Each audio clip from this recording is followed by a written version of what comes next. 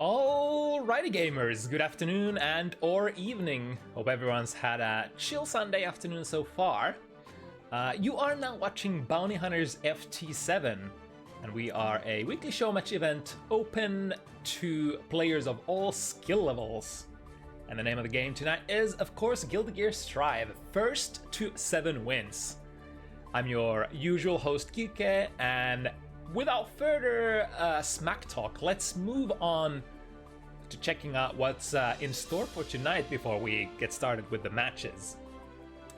So a couple of rare entries today. In terms of characters appearing on Bounty Hunter strictly, Ram and Milia are some of the rarest ones. Jacko quite rare as well, but we usually enjoy a steady stream of Decoy Snell's entries and get to watch that high-level Jacko play from time to time.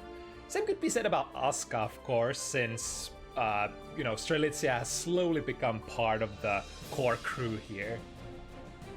I guess Zato should be mentioned as well. We got Astrolip, one of the few, it's that one interesting kind of conundrum where Zato kind of rare elsewhere, but then you got like a couple of very active Zato players on Bounty Hunters appearing from time to time. And then of course we got our DLC entries, Double Slayer once again, and expecting the Slayer participation to not die out anytime soon. And speaking of the Slayer matchup, you might wonder, didn't we already have Horizon versus Hoplan with these exact same characters last week? And that would be correct, but this time Horizon's covering for a last-minute cancel, so ready to extract their revenge on that front, maybe. Slayer is nasty strong, and Hoplan's been on the grind as per usual, so you'll see. Axeler will be the guy making their Bounty Hunters debut tonight in the matchup slot number 5. Another Finnish warrior whom I so far have not had the pleasure of casting or watching before, so should be interesting. Other new faces are, or relatively new faces are Mox Biken on the first matchup slot, appearing for the second time after that nail-biter of a set that they had versus Meadow some weeks ago, as well as Dragon Nago from last week, who was able to triumph over Radun on their debut match. And let me tell you, Dragon with their crisp execution is looking to be a dangerous looking competitor into intermediate brackets. Otherwise, most matches will be business as usual. And even though our 2 final matches tonight consist of players we see on the regular, this arrangement of players has not occurred before yet. The heavy hitters that should be you should be looking forward to at the end of the event are Bliskke facing Decoy Snell Jacko, as well as Strelitzia, Asuka taking on Matiibo Sol. Now, Decoy could potentially prove a problem for Bliskke since they play decent amount of Sin matchup, and did in fact previously take out Zippy's Sin as well a couple of events ago. Matiibo has of course been tearing down the opposition recently, having beaten David Chip, as well as, let me remember, yeah, it was Bliskke actually, for the past couple, or during the past couple of months. In fact, this would be an opportunity for Strelitzia to score a revenge kill for their countryman Bliskke tonight, going up against Matiibo, who did take Bliskke out previously. But yeah, honestly, I can't really contain my excitement when it comes to Matiibo, because he's one of the Soul players, heck, just players in general, who tend to be really, really clean with it. See how the rare Asuka matchup is gonna go, though. It's definitely one of those that requires lots of unique knowledge to crack. But perhaps we should circle back to the first matchup of the evening tonight, which is gonna be Astrolip Zato from Czechia versus Mox Baiken from the Netherlands. Let's bring up the card as well, and let's ping the players. But it is potentially go time soon.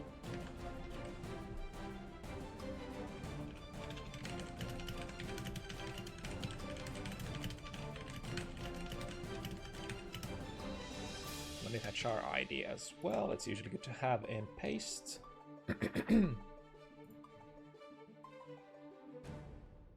Alright, so Astrolip's third match on Bounty Hunters.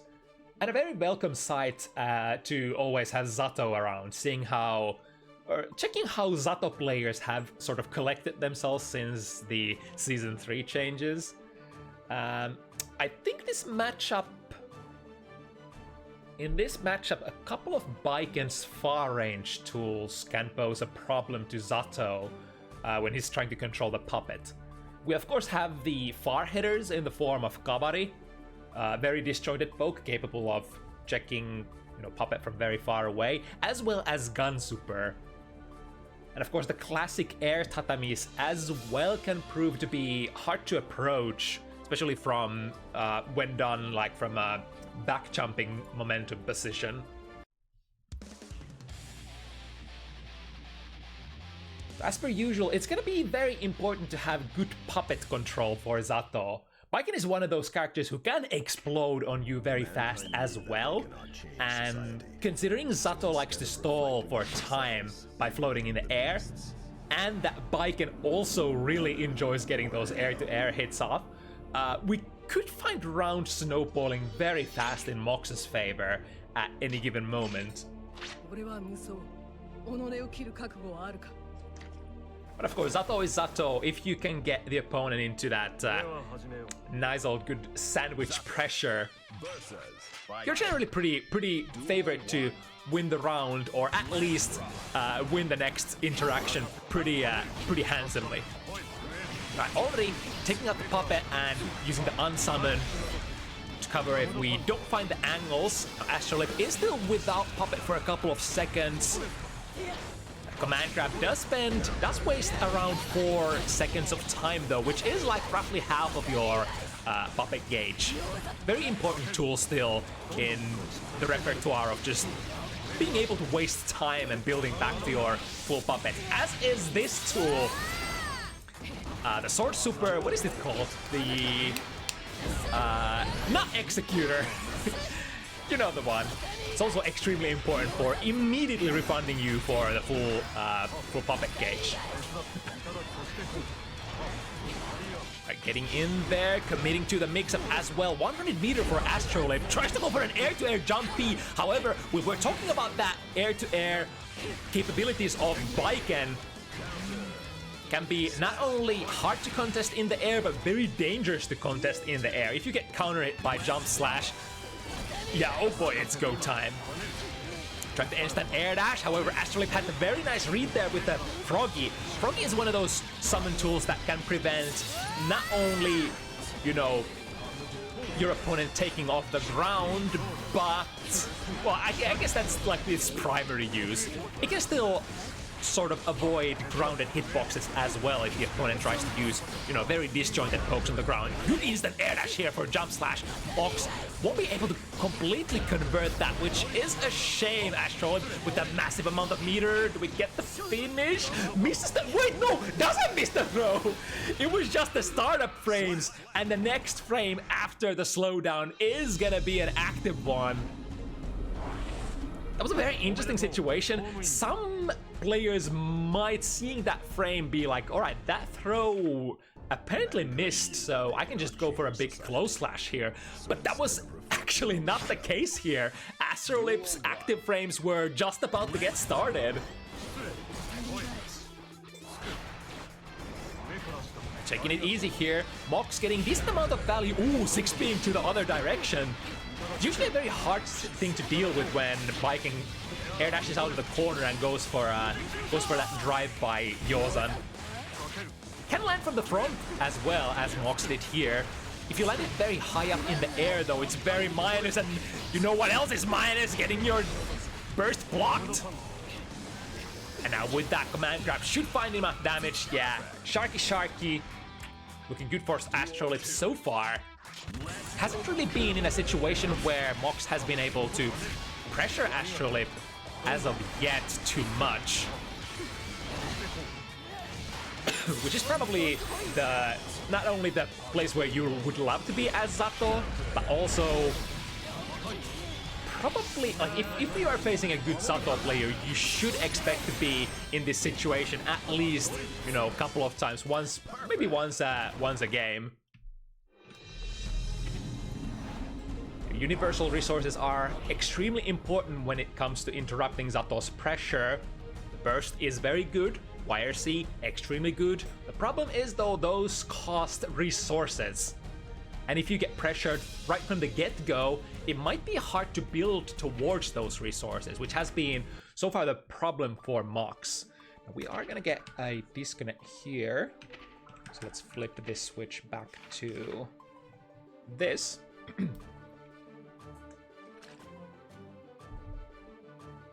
Yeah, Sunvoid. Sunvoid is the super that I was looking the name of. I wonder if the players noticed. Nope, they are gonna play forward. The meter management super important for Zato, especially in Season 3, where Sunvoid is probably gonna be like your primary way of just getting back into the midst of things. If you have that 50 meter ready to spend and you are in a position where you can, for example, blockstring the opponent into blocking Sunvoid, or you know, just getting the classic break the wall with Sunvoid, refund the full Eddy gauge after a big combo. Yeah, super important that you can use as much of that to flow back into your puppet pressure. The optimal scenario is where you wouldn't spend too much time trying to evade and run away. Of course, if the first interaction of the round works in your favor as Zato, then it's generally you're building a lot of resources and you're looking to be very dominant. Although usually the first interaction as well, the opponent does have their burst, especially if it's a clean, fresh game that you're starting. So you're probably looking, at least your first clean hit with Eddy gauge is probably gonna be just completely negated with the use of burst. And Zato did lose quite a lot of options for that burst baiting. Can't dive underground anymore. And of course, burst being universal or rather global range throughout the whole stage, it's much harder to be in a position where you could potentially bait that universal tool. It looks like Mox does catch a win here though off camera. So both players will be on board. Let's flip it back to rematch.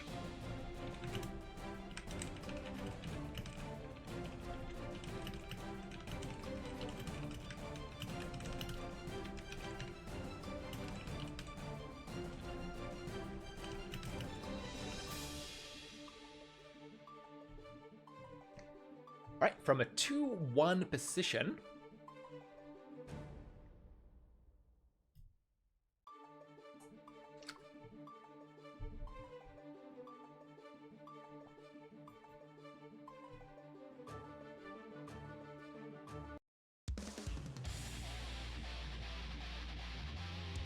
All right.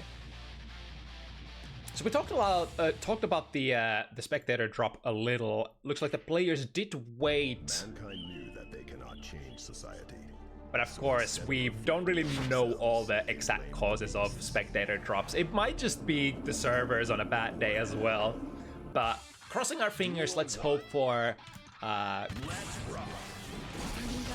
no more drops from here on out. Right, using much more of that tatami mat here as a defensive measure as soon as Astrolip takes out the puppet. Here's the burst. This type of burst when, you know, Zato is without the puppet and pressuring you is another way of trying to, you know, quickly get into that offensive mindset. It's you have to really consider though carefully when to fire that burst. Is it worth to, you know, burst the puppetless Zato off you and try to grasp the momentum like that? Or is it better to wait for the puppet to come back and then burst it again and get like a full clean 8 seconds of no puppet around? How about a 2K? Catches Mox out of the pressure string and immediately into it. Nice unsummon as well. Complete refund of the puppet gauge. Finds the overhead. Looked like was looking for the burst potentially again. Ooh, the 6P whiffs just barely. But making both players whiff. That was a nice jump B and very dangerous as well. Mox was so low on life. To the other side, yeah, still recovering frames of that 6P, and now Mox will get the mix. Astrolip did save that burst for Rainy Day though. Ooh, the gold burst there! And just full speed ahead, dashes past the Sun Void.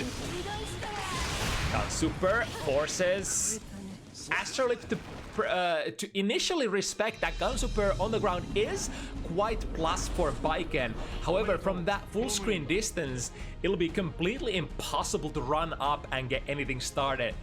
Airtight, of course.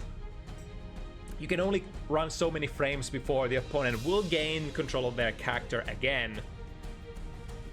At that time, Astrolip was ready to swing a 6P after that, catching that standing poke from Mox.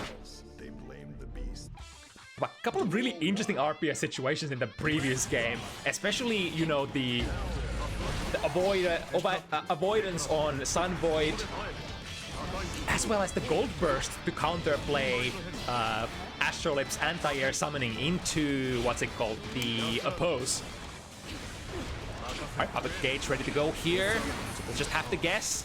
This time, Mox does exactly what I was suggesting earlier, waiting for the Puppet Cage to come back and then goes for a full burst instead. Just barely misses from Zato. And Froggy from behind. Here we go, the first case of using YRC, the other extremely powerful tool for destroying the Puppet with. I think Mox missed an instant, or missed a TK Yozan there. So missed the instant air, the instant overhead option. Just like that. There we go from the other side, and with the counter hit should have a pretty decent amount of damage coming in as well. 40% of Astrolip's life completely done. Here's that up at a 2K once again, aborting Mox's pressure string. Summoning, sandwiching, and this time baits the YRC.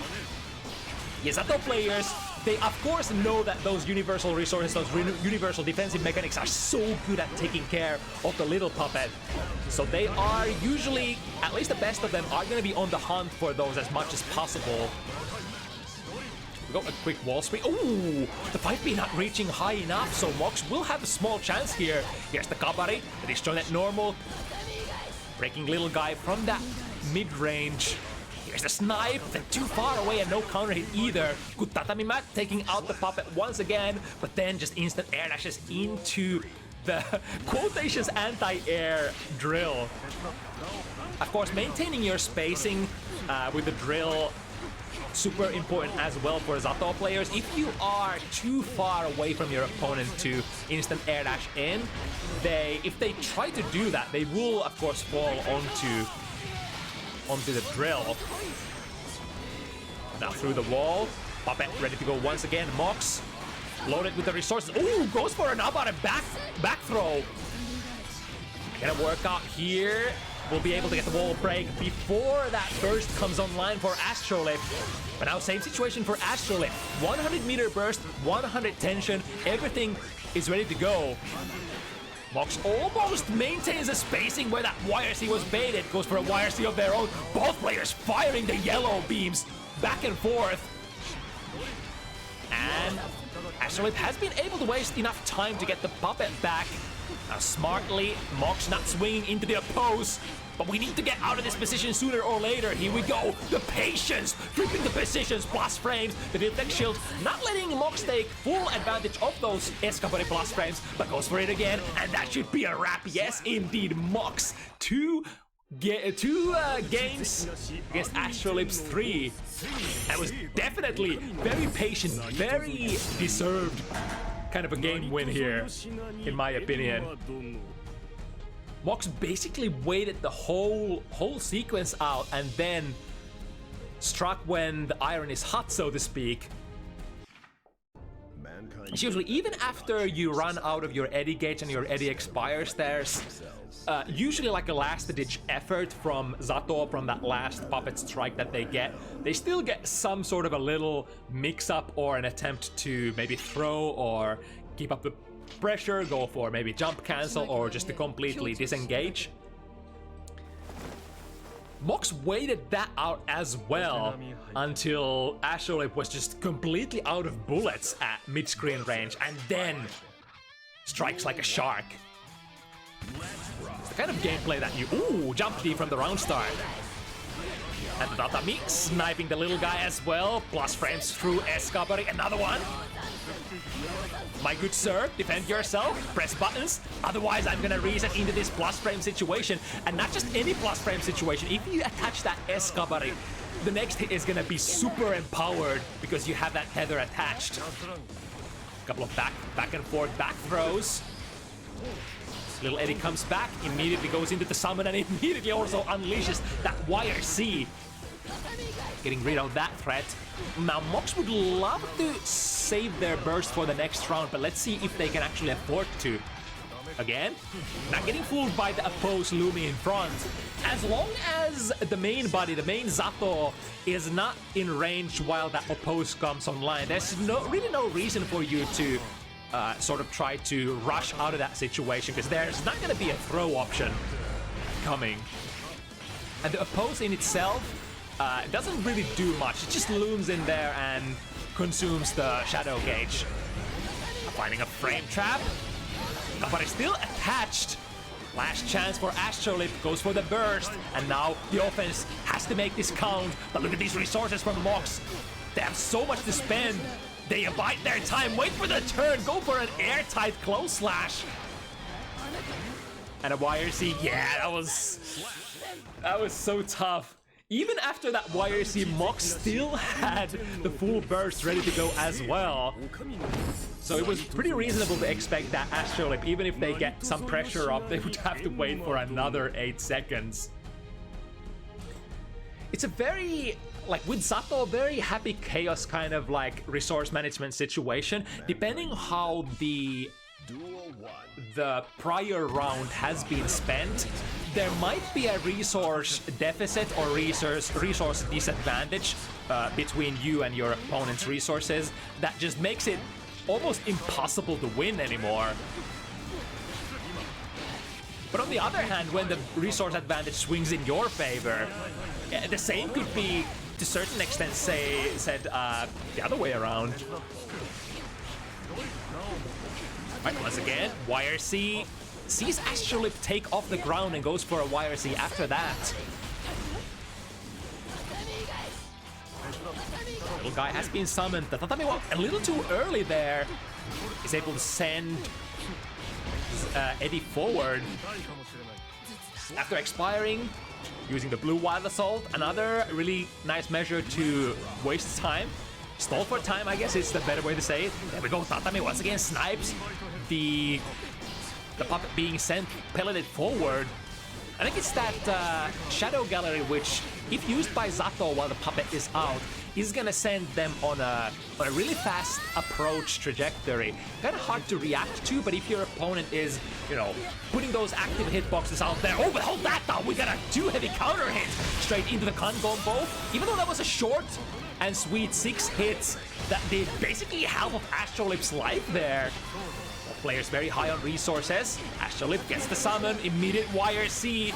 We got a YRC other way around as well, and using that for a throw mix-up.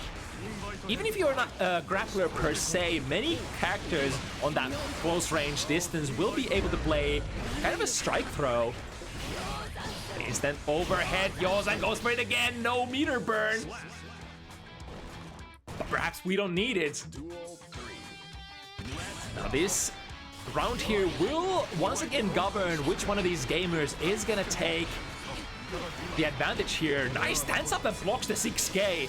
The other overhead from Sato's toolkit. Tried by Yozan, attaching the Escabari. This way it starts. Jump slash! A little awkward angle, it seems like. Feels like Astrolip was a little higher than Mox's position in the air. And now Astrolip will be able to convert in. Ooh, goes for the damage extender instead. So now he's not gonna have the puppet ready to go. However, it is still a very fucked up kind of a meaty situation. Even if you don't have your puppet, you are still a Guilty Gear Strive character. You have access to that close slash, and you know, close slash pressure in Guilty Gear Strive. There's surprisingly little that you can do about it, especially if your opponent is not a DP character. It's like even backdashing out of a close slash can be a very dangerous ordeal. I forgot how many active frames. It's 6 active frames on close slash universally. 5? 4? Somewhere between 4 and 6. But it is quite a bit, and depending on how meaty you play your close slash, it could be completely impossible for your opponent to try to backdash out of it. Right, 6B, tapping Mox back into the corner. This situation again. Here we go, the other side of the coin. When the opponent, the main body is actually next to you, then it gets kind of awkward, kind of dangerous when they can at least unleash that command grab on demand. It's not like you can strike into it either, because the oppose is covering Zato. A situation where you historically try to fuzzy jump out, although even if you do fuzzy jump, generally like better Zato setups or Zato block strings will pull you back onto the ground. For a little bit of a summon and unsummon action. Gets very decent value out of this combo. Actually more than half of Mox's life done. But the knockdown is soft, and Mox will have a good opportunity to swing the momentum back into instant air dash. No meter burn this time around. Momentum burst. Astrolip can still go for their own. They do so. They have 100 meters to spend after all. Summon here, and now it's the wire C. Mox has been going for that wire C quite often out of that jump mix-up. So I feel like Astrolip remembered that sequence from before. Remember that we got wire seed previously from this same kind of position. This time chooses to hold it, and lo and behold, we got a round. We got a 2-game lead here for Astrolip.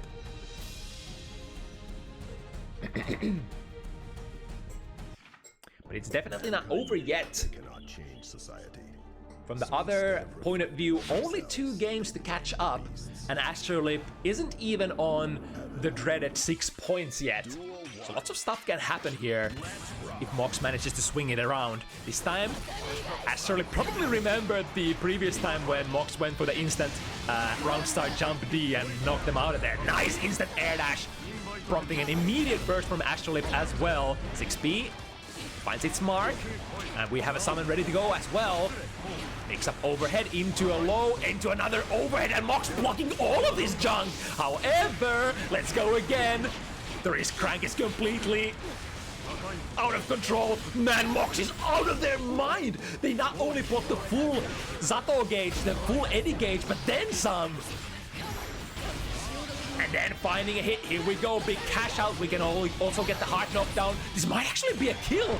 Zato is a zero guts character. Look at this, one bam, and thank you, ma'am. Look at that. What a comeback. What a warrior, Mox. He's one of the nuttiest holds.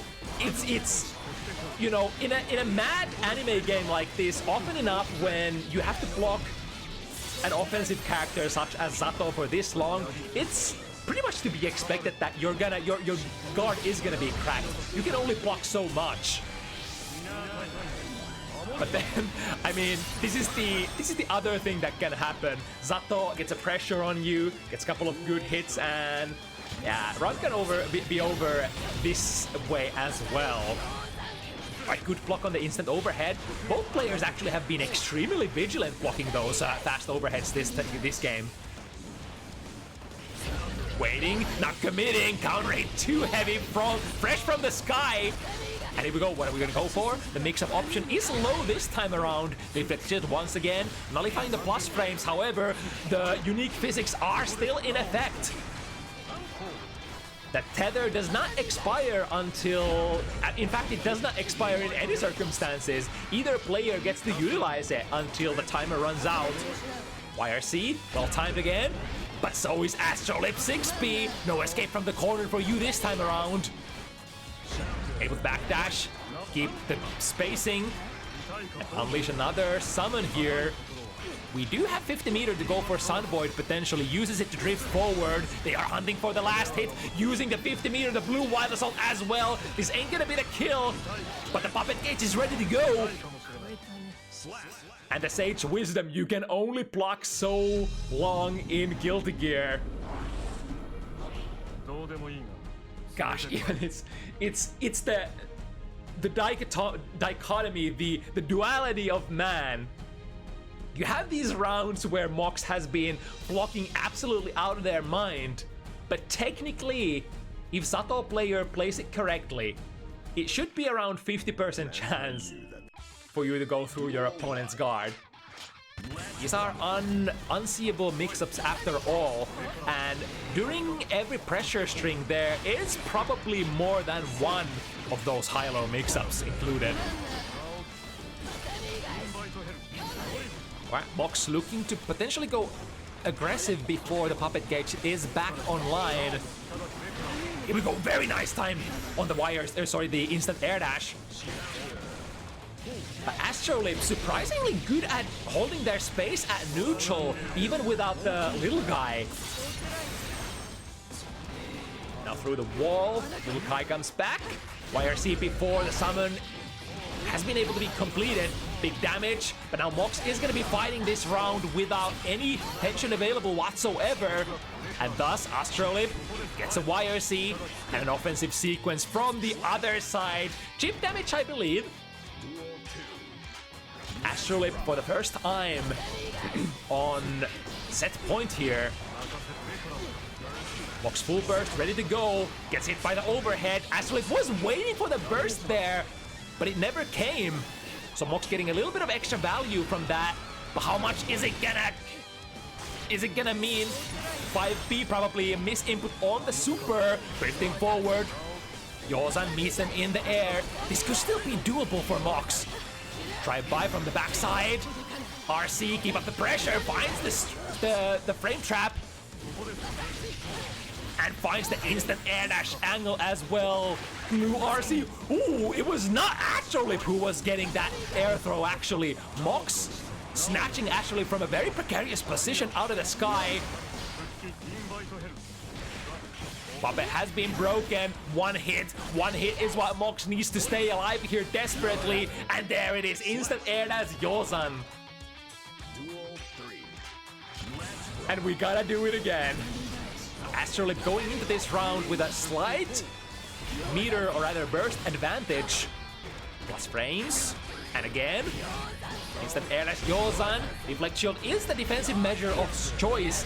And that means Astrolip probably ain't gonna be building that full burst back during this game anymore. Very little life to spend. And being a Zero Guts character, potentially next hit would kill from Mox. Very high hit on, or high block on that Yozan, so it will be Astrolip's turn. And now the momentum might swing. Let's see if Mox is able to build back to that 50 burst. Sato is, of course, very explosive character as well. YRC towards the end of the pressure. YRC back, deflect shield, but the read is wrong! Astrolip dashing in for a command grab, now gets a summon as well. One hit. Either player needs one more. The shadow gauge is nowhere to follow up on that overhead. Is that gonna be enough? Baiken? No, not quite! But the chip kill is real here. 6B clips through the instant Yozan Zen. What a reaction. Sees Mox take the air and Astrolip cleans it. 7-3. It was so back-to-back for the first 3 rounds, and it was literally, if we take a look at the match content outside of the score, it was really back-to-back after that as well. Just felt like Astrolip just had the finishing touches in those last 4 rounds, or rather last 4 games. Wow. That was a really good starting matchup though. And probably the longest hold in Bounty Hunter's history from Mox. That was literally a full Eddy gauge and then straight into another Sun Void and then holds the Sun Void as well. And gets out of there and able to flip it around. Good stuff. Alright, next up. I love this card, by the way, the Dragons one. What a perfect angle. Is that a reference?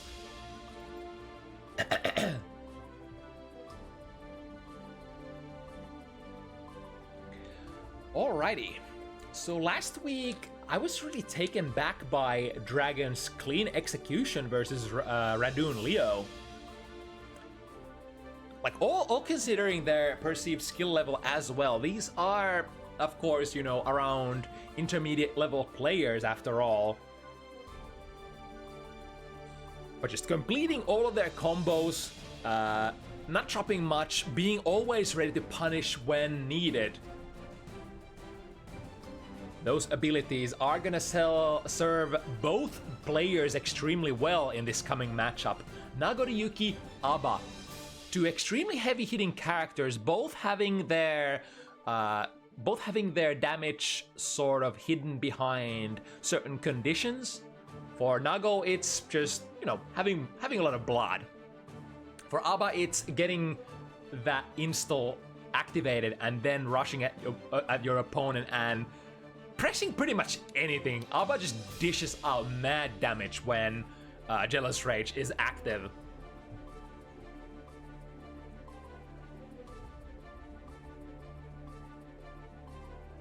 And Meadow is, of course, working on that Abba still, very dedicated to the character switch since Abba's release.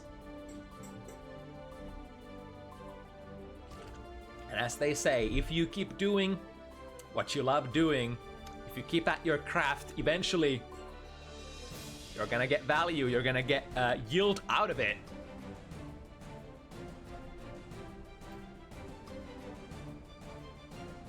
Now let's see how much Meadow is going to be able to get out of this matchup against another far-range character. I mean, technically, theoretically, Abba has good range as well, but it's the kind of range that is a little hard to utilize. Mankind knew that they cannot change society.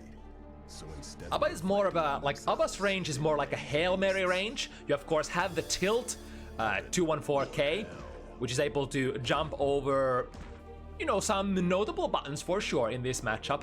2S can be tilted over, as well as, you know, 2K, probably, I wonder if 5K is one of those buttons.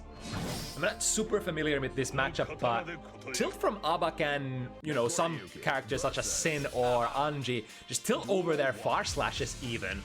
I would imagine Nago has big enough hitboxes on most of his pokes to prevent some absurd interactions like that. And after tilt, it's not that the situation is too bad either, as you saw there. Even though you are -1 in normal mode, yeah, there we go.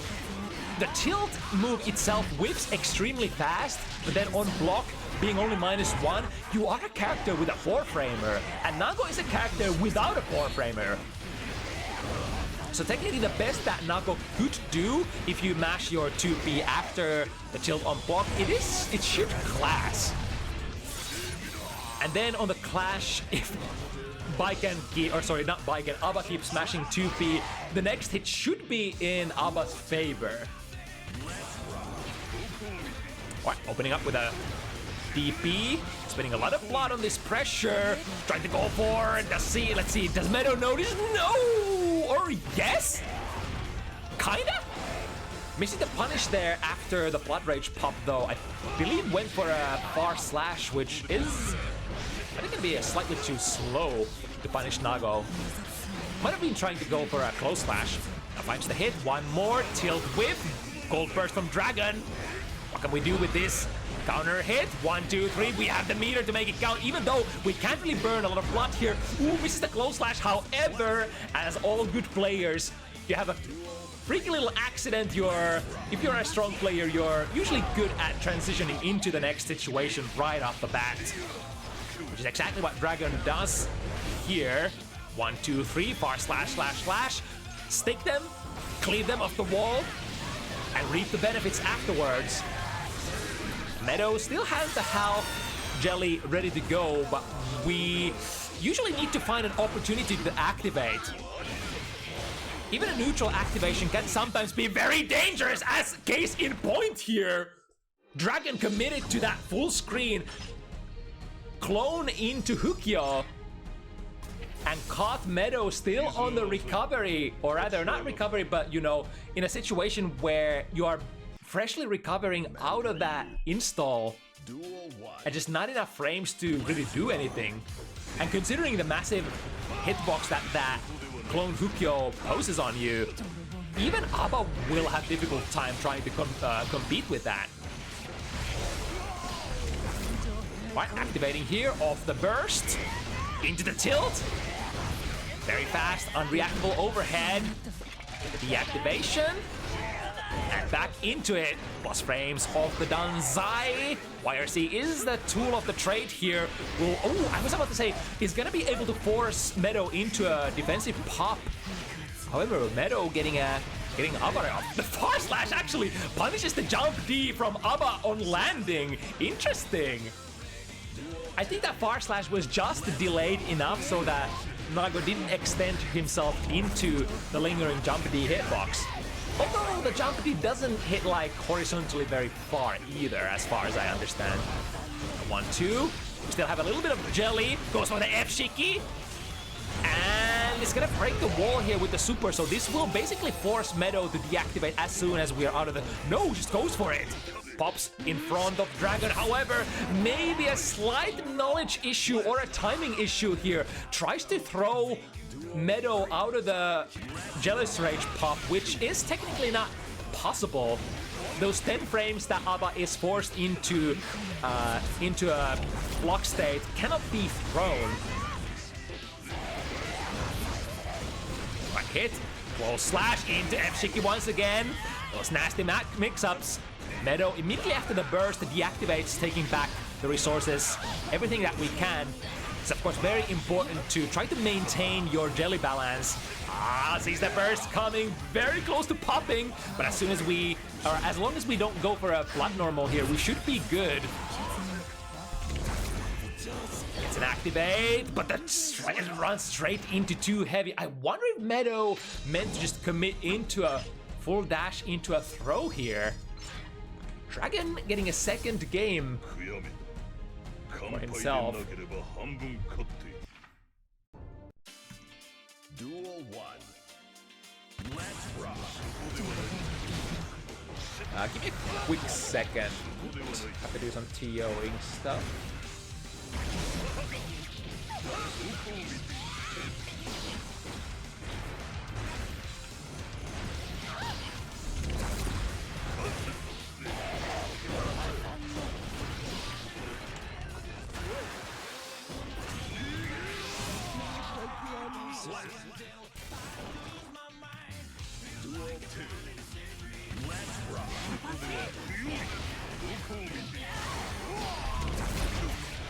Alright, sorry about that. Back into it. Looks like we've got Dragon with a round. Barely misses the bite. And he's gonna pop as well. Let's see, Meadow gets into the punish range still. What's up a 2K and normal mode, so won't be able to extend the combo to get the fabled touch of death. Here we go into the samurai mix, and it keeps on going. No, we're gonna pop, dropping the combo in midst of the samurai mix. I wonder, perhaps I wonder how that situation works for Nago. Can you just loop the Beyblade and the DP forever, regardless of what hit you get? Nevertheless, gonna be forced into a pop here after this hit. Let's see how Dragon plays it. Takes a 2K2D block string, and a reversal super is gonna be good and put Meadow back into the state. However, from zero jelly, it's only gonna build you the minimum amount, the 1/4 of your gauge. It's manual deactivation. Not a lot of jelly coming back. The normal mode super, not forcing too many plus frames. It is still quite plus, but can't do the nasty things that you can do during your install. Tilt, counter, hit, forcing Dragon to burst. Still anybody's game. Ooh, it's gonna be a pop! And let's see if Meadow can get the punish. Swings with the 5 heavy. That's way too slow. Oh, man. I wonder if it was a case where Meadow tried to reach for a slower button and then tried to, or sorry, faster button and then Gatling it into a 5 heavy, but missed the previous button and got 5 heavy for their troubles. Slightly unfortunate there. Right, dashing into a 2K. Immediate burst from Dragon. Let's see if Meadow chooses to push it or deactivate. No, just goes for it. So as a result, we'll end up in zero jelly situation here. The Rekka will build 1/4, and then the sequence afterwards, the other 1/4. I mean, over 50% jelly is a relatively comfortable situation to activate. Ooh, was able to get the super here between the Gatling string. This will also mean that Dragon will enjoy some unique resources coming back, so we'll be able to push it. Go extending with a burst, sorry, with a RC. Good wall break. This is the 2 heavy wall break. So now Meadow should be able to get this. No RC. Right, forcing the plus frames and forcing the mix up here. You have to hold it. Was probably absolutely sure that Dragon was trying to reach for that throw, so goes for a very wide range shimmy there.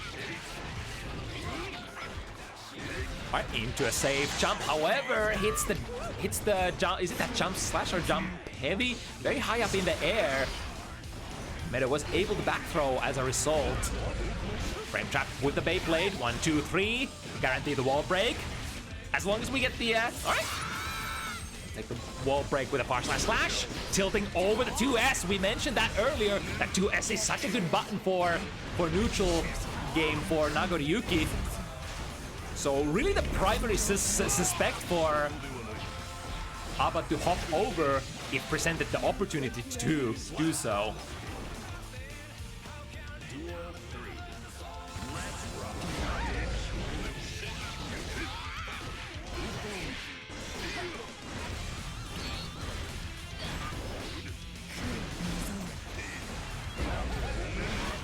More TO stuff. Finish a while. Dragon takes another one. Sorry, I'm trying to troubleshoot a problem with a couple of our further players.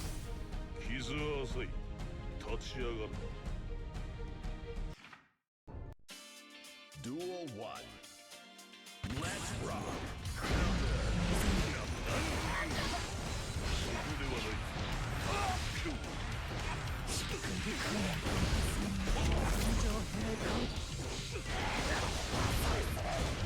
Alright, that should probably solve all the issues that we have. Back into the match. Sorry about that. So high situation for Dragon, and Meadow pushing it with the Jealousy Rage. It's an automatic deactivation, but it doesn't seem to matter, because it will still, off that really good knockdown, give you a meaty situation. Oh, the second hit, the overhead. Chooses to burn it. But did he burn too much? No, just getting barely enough blood sucked back from the last normal. Perfectly calculated. Now 6B. Oh, treading on the verge. Let's see if we get the punish this time. Yes, indeed. I think that was not a true punish, but Dragon was trying to backdash afterwards. Wait a second. Can Nagoriyuki even backdash during Blood Rage? Or did they might have tried to jump as well? Either way, Meadow opens it up from a Blood Rage punish, assumed. And there has been a decent amount of poppage in this matchup, so if Meadow is able to, you know, convert more of those, should be looking pretty good. Jump in mix-up, immediate burst from Dragon. Meadow reverses the momentum. That's probably a burst that a lot of ABBA players would love to make. If you get bursted during a Jealous Rage and you have an opportunity to burst them back and utilize the rest of your Jealous Rage, you probably want to do so. Now Dragon once again on the verge of popping.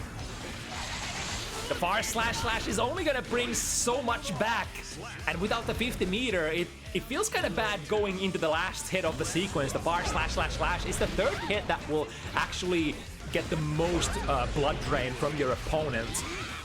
You'd love to land if you are in a high blood pressure situation. Can backdash in blood range. All right. It's interesting, I think I've never... have I ever seen a Nago player backdash before during a Blood Rage pop? I mean, it's of course a very intimidating thing to try to approach Nago during that state, because Blood Rage 5 heavy, yeah, that's a button and a half. And 2S will be able to land here to B mash. Just one button into a super. Might have been a misinput of some sort. But the 100 meter able to give Dragon an opportunity to save it all. Now 1/3 activation goes for a jump. Dragon was ready to check it with a big 2 heavy.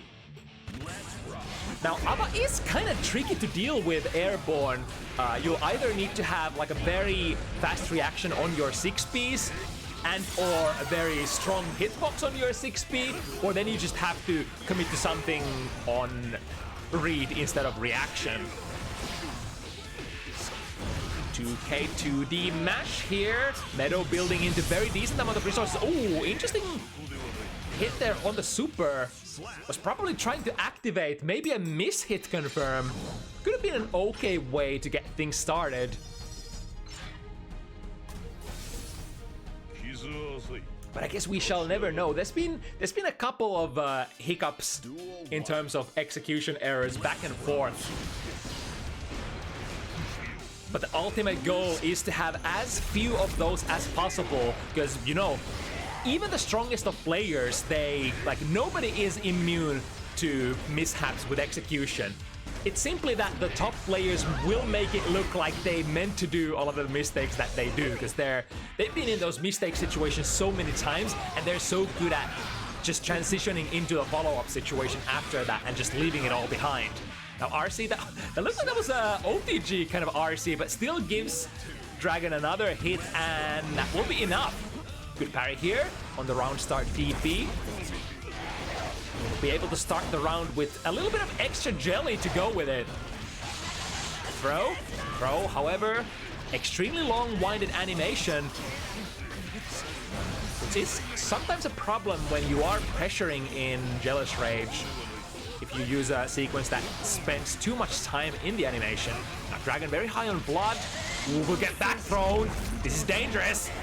Almost full jelly activation. Of course, every single time that Dragon is able to predict that overhead tilt during Jealous Rage, that is probably much better of a situation than during normal mode, because it's gonna be -2, and that -2 is actually a critical difference. Not only can you get a throw punish on point blank range, if the opponent can't, you know, do the fine-tuned tech to avoid getting, you know, ending up in that range, but also in that situation you can actually press your 5-framer as well. Right, RC is available, extends the pressure, gets the manual deactivation. There's the 2P. And Dragon has very decent amount of blood to spend as well, so this will go coast to coast. And 6P drains some blood back. Get a massive hit there at the end. I think that's a 2S, and the round start super. Actually, wow! We'll trade with the super. The problem for Nago is that trading into that super will not make it stop. But that's a really cool showcase of how I think that the startup of 2S gets much better with the blood levels that you have. And since Dragon was on level 3, that 2S was basically as fast as it's gonna usually get, which allows you to actually trade with the super from Abba. Now the pop will be able to activate in between. Big hit, almost killing Meadow outright. We are still in Jealous Rage, and that gives us access to the best backdash of the game as well. It's a good thing to remember that the Jealous Rage mode is not only for offensive prowess, but it does improve your backdash quite a bit, along with your mobility, of course. So if you get like jumps off and that kind of stuff, you're in a much better position. Now, did Dragon hit a button? No, not this time, but we'll have to respect this. You can kinda almost play a pseudo airtight mix-up out of that, which Meadow takes advantage of. And now full jelly ready to go, gets a punish. Yeah, that's a wrap and a half. Jumping over White Wild Assault. The most horrible place that you can be for a heavy, big body character. Ooh, whips up, very dangerous, looking too heavy. Meadow did swing with a slow button there, 5 heavy, so was a little late there on the punish. Into the bite, that will fix all of the blood problems. And we're already spending quite a bit. Nice jump out from the Meadow this time. As soon as Dragon saw that Meadow went into the install mode, they unleashed the Clone Hukyo, which has been working out for him so far. But this time Meadow had the time to go airborne. We got the deactivation, saving at least 50 jelly for the next opportunity. But is it gonna come? Is that opportunity gonna be there? The pop, it was about to pop, but we'll be able to finish their block string. After all, you will go into that blood pop animation after you finish doing whatever you're doing. Basically when you return back to neutral. And if you can keep doing stuff, you know, and delaying going to the neutral animation, you can actually survive to land a couple of extra hits, which is what Dragon took advantage of here. Like 2S hit, immediate burst, jumps over the Wild Assault once again. So Meadow in a technically good position. I like that. I like the activation here, not to go full bust. It's kind of akin to, you know, Zato players using Unsummon during their pressure sequences when they're like, I'm probably not gonna get a good combo out of this. So playing it kind of safe and saving a little bit of jelly for a rainy day.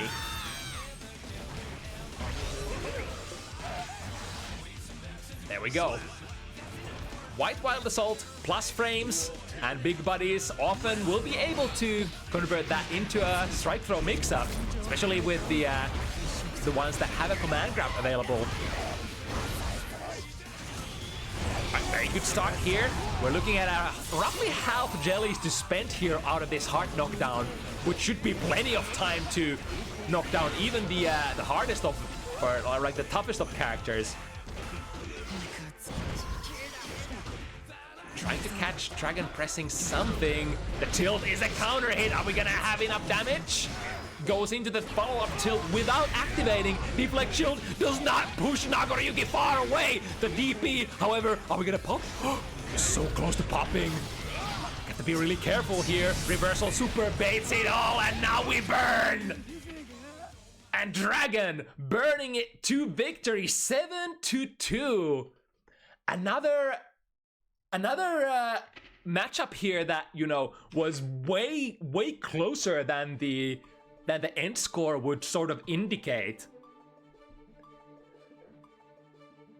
Lots of situations where one different input, one different outcome could have, you know, decided so many games.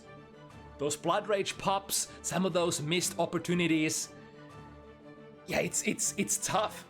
When you're using a character that has so much value attached to, you know, every single thing that you do, you need to finish your combos to get the deactivations, or perhaps you don't need to think about the deactivations. If you get your optimal combos, then you get to the wall. Like, how am I gonna route into my uninstall and then install again for my best KD? There's just so many things to think about when you're piloting ABBA. Sometimes, you know, the opponent's junk gets, you know, not as much priority in your, you know, We only have so much limited brain capacity, you and I, and everybody else. It's kind of what fighting games are all about. Alright, going into the rematch, we had this exact same matchup last week, but since unfortunately Maria was not able to show up, today Horizon is gonna fill her shoes and go into a rematch against Hoplan.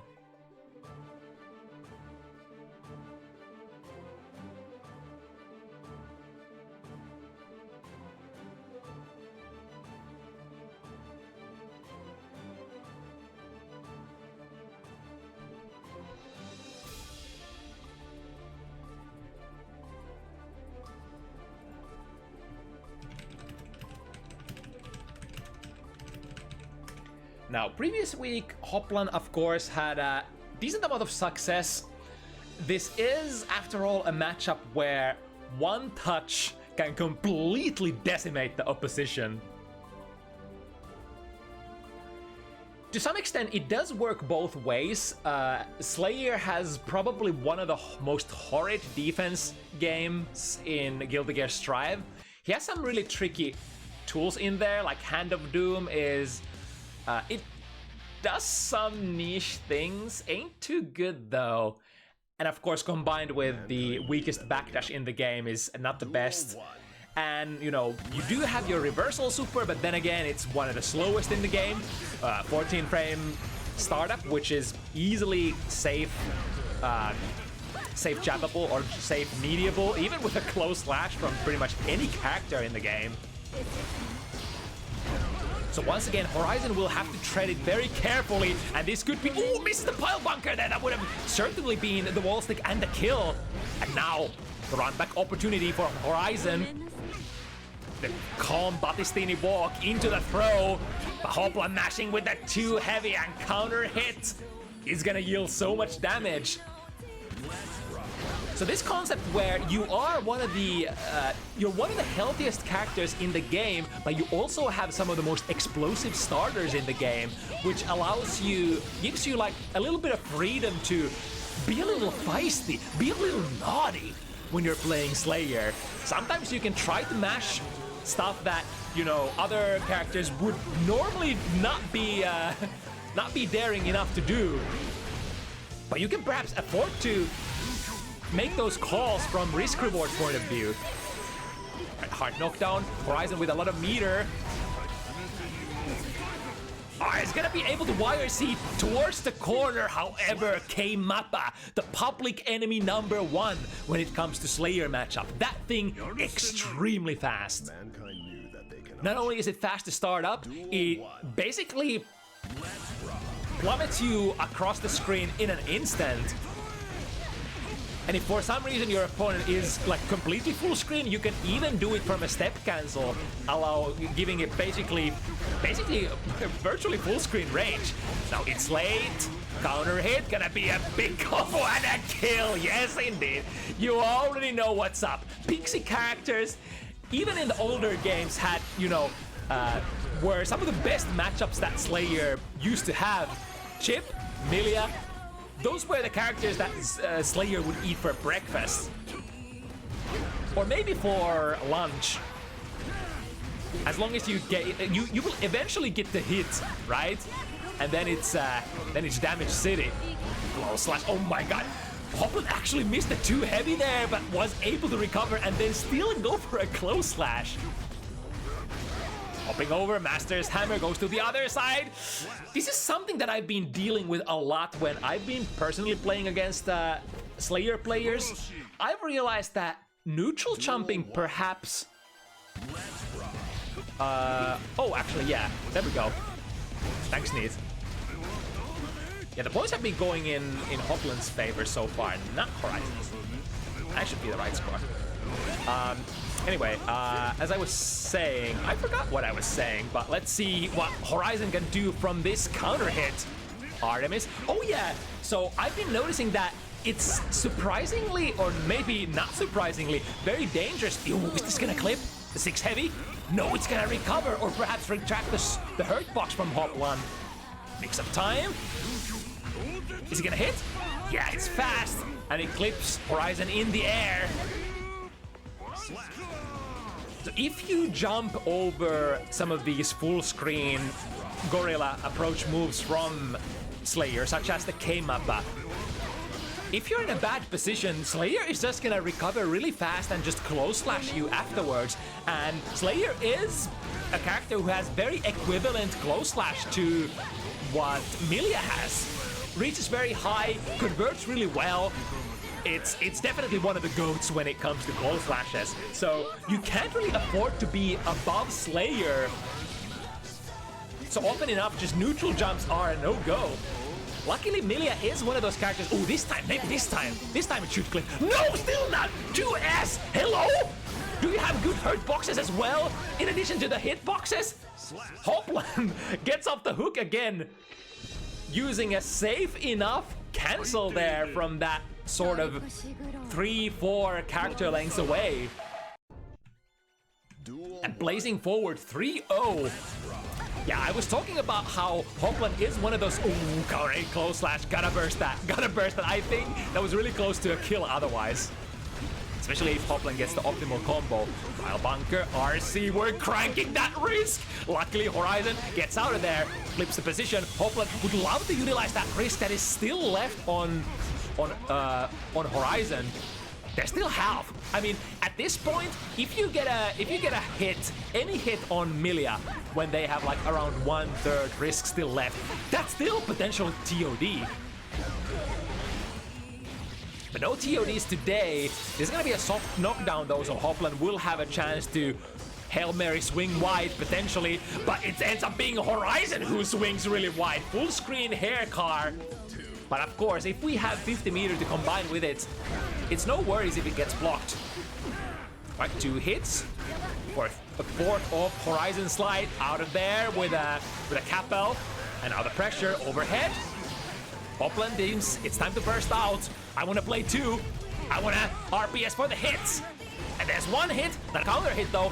Slayer is one of those characters who would love to get those, who's basically always on the hunt for the counter hits. Won't be able to counterplay the Master's Hammer. The Master's Hammer, even though it looks like it's just a normal jump in angle, is surprisingly, the hurt box is surprisingly protected. So you gotta have your timing and the right button on board if you wanna anti-air Slayer out of that. Of course, there are many different options to do that. Even like, you can even ground throw Slayer out of the last active frames if if you're a GOAT. Pile bunker, very late RC and catches Pile from the other side. Ah, it hurts my soul. It's so good, and it's so tough at the same time. You know, anybody remember Akihiko Sanada from P4U? Duel 1. Boxer, cross to the other side, and then straight into a fast cross-up that they can't react to. I mean, technically, you can react to the P dandy step into Pile Bunker. It's, what, around 20-ish frame startup? Ooh, big Pile Bunker. That was a tumble state! Are you kidding me? 1 Pile Bunker into a tumble, into another Pile Bunker, sticks, and then last Horizon. He dead. What the? What is this character? Help! Like 3 hits as well. Speaking of only 3 hits, because you are a character that does so much damage per hit, Slayer is kind of a meta. The meta favors him for sure, because you're not gonna be building much burst back to your opponent with those short combos. Yet you are gonna be delivering some of the best damage in the game. And now Hoplan takes the burst, and a Pile Bunker is gonna do the deed. This is dirty. This is so dirty. What can Horizon do? What's the adjustment here? Because Horizon has been trying to avoid as best as they can. Yet it's one touch world. That's 1 touch, and then the next, yeah, he knows. He can't even blocking a Master's Hammer there is not acceptable. you're minus million, you're being, you know, you're taking so much risk build, and then whatever hit that Hoplan would be able to land after that is just gonna kill you. Everything is scary. Everything, like, you can't interact with anything. But here we go with the hard knockdown. Hoplan mashing it too heavy. Not quite the kill here. Gotta be really careful here. Capo is the tool of the trade, killing Master's Hammer this time around. Needs one more hit to the other side. Nice! Using all of those nimble options available in Milia's toolkit to make herself as hard to hit as possible. Now the 2D. Hoplan tried to go for a 2D round start, but that button, even though it is a low button, it doesn't really low profile much. And on top of that, Horizon did counter it with a bar slash, which is one of the best, I think one of the lowest reaching bar slashes in the game. Oh, but hold on! This ain't a kill, is it? Well, actually, at least not if Hoplan drops it. Doopy. So technically, Pile Bunker is -7 on block. Is this gonna catch the... Oh my god, it's gonna clash. So that 50 meter is gonna be gone for Horizon. Still building decent amount of resources. Artemis catches the tail end of that Pile Bunker, but is gonna be plummeted through with this DOT. Now Horizon fighting for dear life to get on board here. It's late once again, working as a very situational but decent, surprisingly effective anti-air. Wall stick from the first Pile Bunker, that's half of your life. Okay, Artemis, at least Artemis having the disjoints to deal with the, I think that was its late hitbox. My big counter hit. It's a small damage world. Even though Milia has decent amount of corner damage, Slayer is basically one of the healthiest characters in the game. At the very end, Hoplan able to build back into that burst. Blue RC sees the target in the air. Air throw. Ballistic missiles ready to go. RC, that guard crush. Deflect shield. The last attempt from Horizon to push. Build some sort of distance between them and the opponent. And the neutral jump finally catches the missed Pile Bunker. Holy. I was actually so close to Horizon just losing another round to those disjoints out of the Pile Bunker. Luckily, Pile Bunker in Strive tends to have way less forward-moving momentum and way worse hitbox than it had in previous iterations. Again, Artemis! Man, that Artemis! Is that perhaps the MVP, the secret weapon? The trump card in the pocket that Horizon has been looking for. Again, look at it. Yeah, it's tagging. It's basically tagging Hoplan out of all of those standy step follow-ups.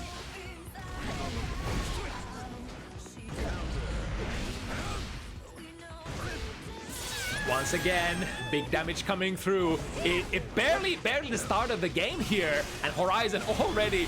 This should avoid the hit, right? Yeah. But also, another one, it's gonna whiff, isn't it? The thing is, it plummets Slayer so far away from the opponent that it's like nigh impossible to punish. Oh, that was the right read, but wait, why did that deflect shield get thrown there? I think Horizon must have gone for it too early. That is such a tragedy. That was a really good read there for Horizon. Guessed that something punishable such as deflect shield was gonna come out, but reaches for the throw just a little too early. Question mark? A really good timing on the burst for Hoplan. Burst target into the corner, couple of hits, and already 60% damage done. Another one, yep, that would have been a kill. And that far slash ain't gonna recover in time. So when you are meeting Slayer, 2K, please, 2K, please! Even a crumb of safe jabs.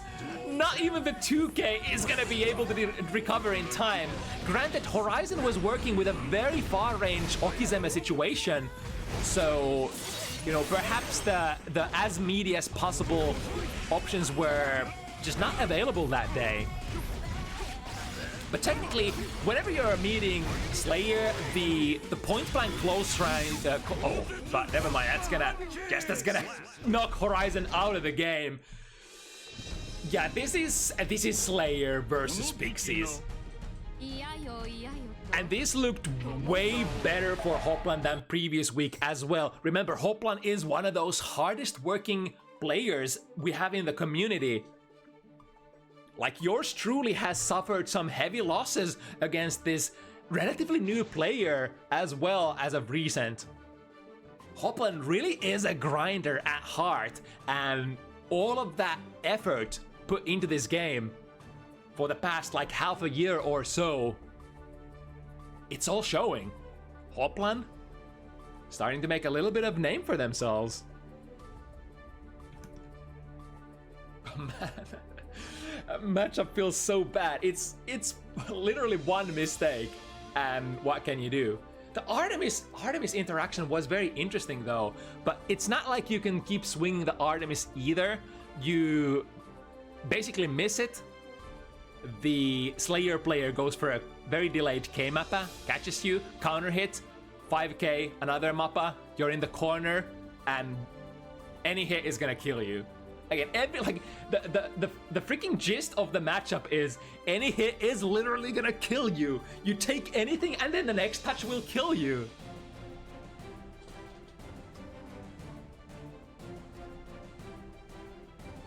Alright, next coming up, we got Ehmu Chip versus OLC May. Another really fitting card for the the player message there from Ehmu.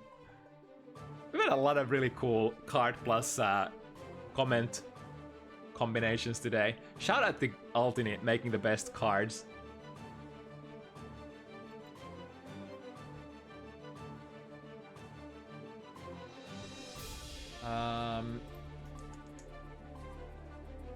I have been pinged about something.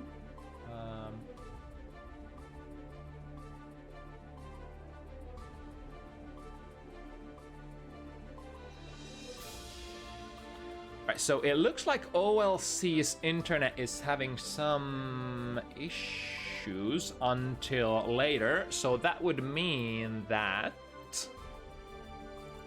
if we have, let's see, Aquila is usually the player who needs a delayed match. Let me do some scouting.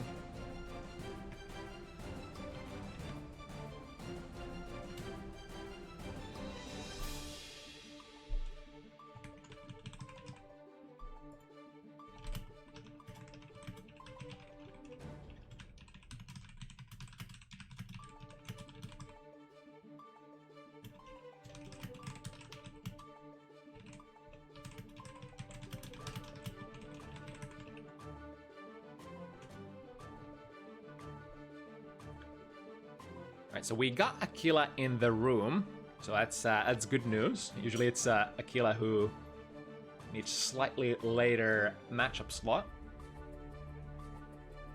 And Axler ready to go as well. All right, so we're gonna play Aquila versus Axler next. Another Slayer matchup, and an extremely rare one at that. Ramlethal is, along with Milia, probably some of the literally the two most rare characters on Bounty Hunters. Even outside of Bounty Hunters, those are fairly rare characters to get to meet on, you know, European front, in Celestial and what have you.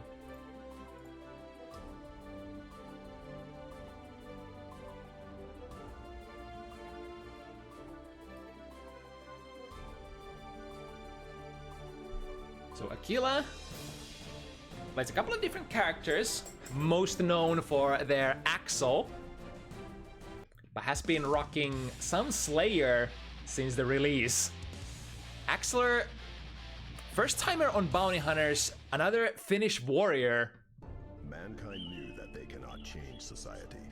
So instead of reflecting on themselves, they blame the beasts, heaven, or And Ramlethal with generally pretty decent neutral control. However, it's a very interesting kind of predicament always against Slayer. Slayer can choose to RPS you with that K-Mappa from very far away from. And if you're not trying to actively counterplay it, if you're not trying to swing for like a move that has enough disjoint to beat it, or 6P to go under, Slayer is just gonna get a lot of value by just, you know, swinging that on block, because it's fairly simple to make a K-Mappa plus on block and then, you know, plus frames for Slayer. You already know what's up. You're going to the casino and guessing for your life instead of the jackpot. A very good trade here for Aquila out of that. And a quick pile bunker combo into a wall slump. It's a very unique tool, that pile bunker. Basically the only tool in Guilty Gear Strive at the moment that just wall stucks immediately. We have tools that break the wall immediately, such as Potemkin's, what's it called? Heat Knuckle. Pile Bunker is first of its kind for causing a wall stick. This will get Aquila out of there. And like we deemed earlier, if you swing it, if you miss it wide like that, it's probably going to be almost impossible for your opponent to chase you.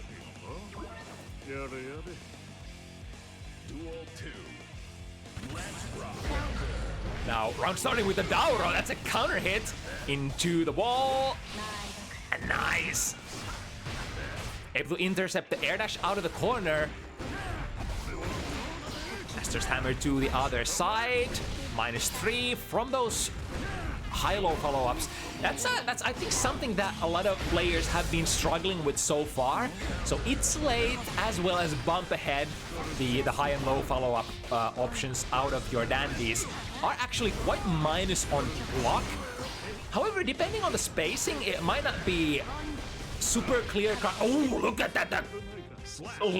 Very low altitude air throw, catching Aquila out of that air dash.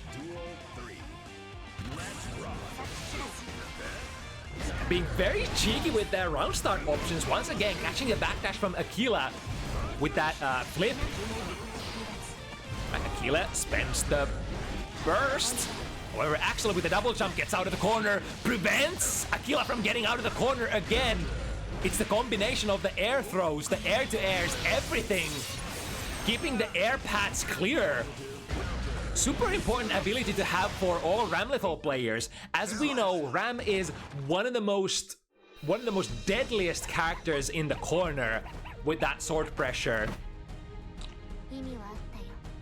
But there are certain gaps that the opponent can try to escape out of. Jumping out of the pressure is one of the most common ones. As a Ram player, you kind of have to be ready to answer those either on reaction or on prediction. Once again, look at that!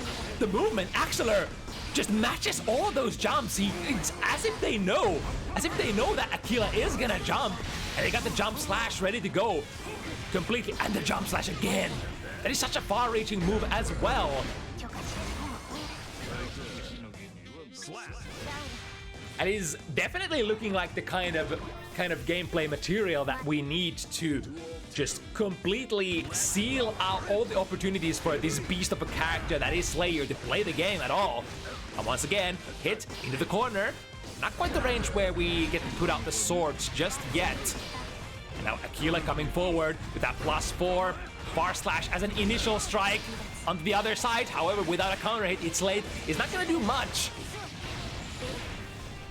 There we go, that's from half screen away, looking like a little choppy perhaps. Hopefully the combo was not dropped because of the little bit of a hiccup there.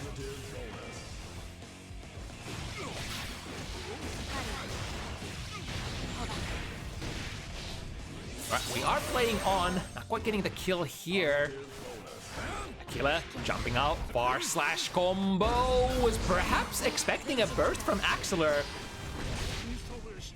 And all the perfect angles, even the sword throw was able to attack Aquila out of the far slash, and then immediately taking air, preventing Aquila from getting any sort of movement options out.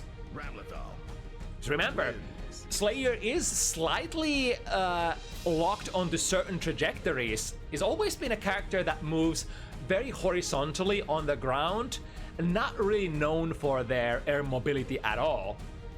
And granted, in Guilty Gear Strive, you do have some extra momentum to your instant air dash, which means that an instant air dash for Slayer is gonna move him forward way more than in the past, perhaps. Oh, looks like I think we had a desync there, so I think we need to roll that score back. Yeah, this is kind of an issue that happens sometimes when players are playing a matchup where there's a lot of distance between the players. So in this case, it would be Finland to Israel, which is kind of a long distance match. This is a wild card matchup in that sense. Although, supposedly they did a connection test earlier. I didn't have the time to keep an eye on what the results were. But because of that desync, we are gonna roll one score back and go back to 0-1 situation for Axeler. So instead of reflecting on themselves, they blame the beasts, heaven or hell.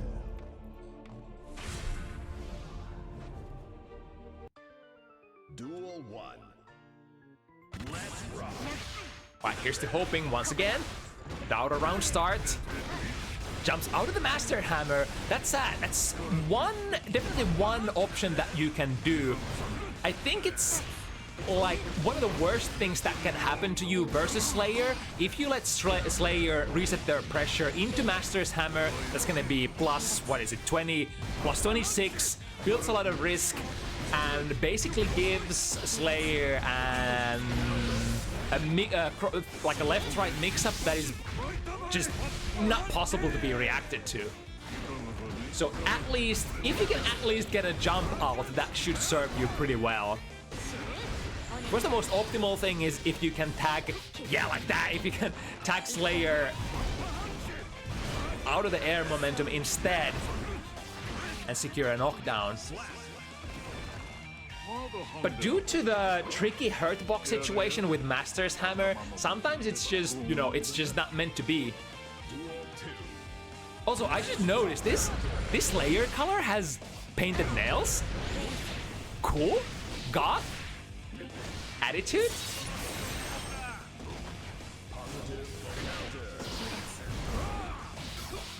Right, 2P doesn't quite get to complete the full sequence here. Reversal super, 100 meter, very conscious of the burst opportunity that Aquila has in here.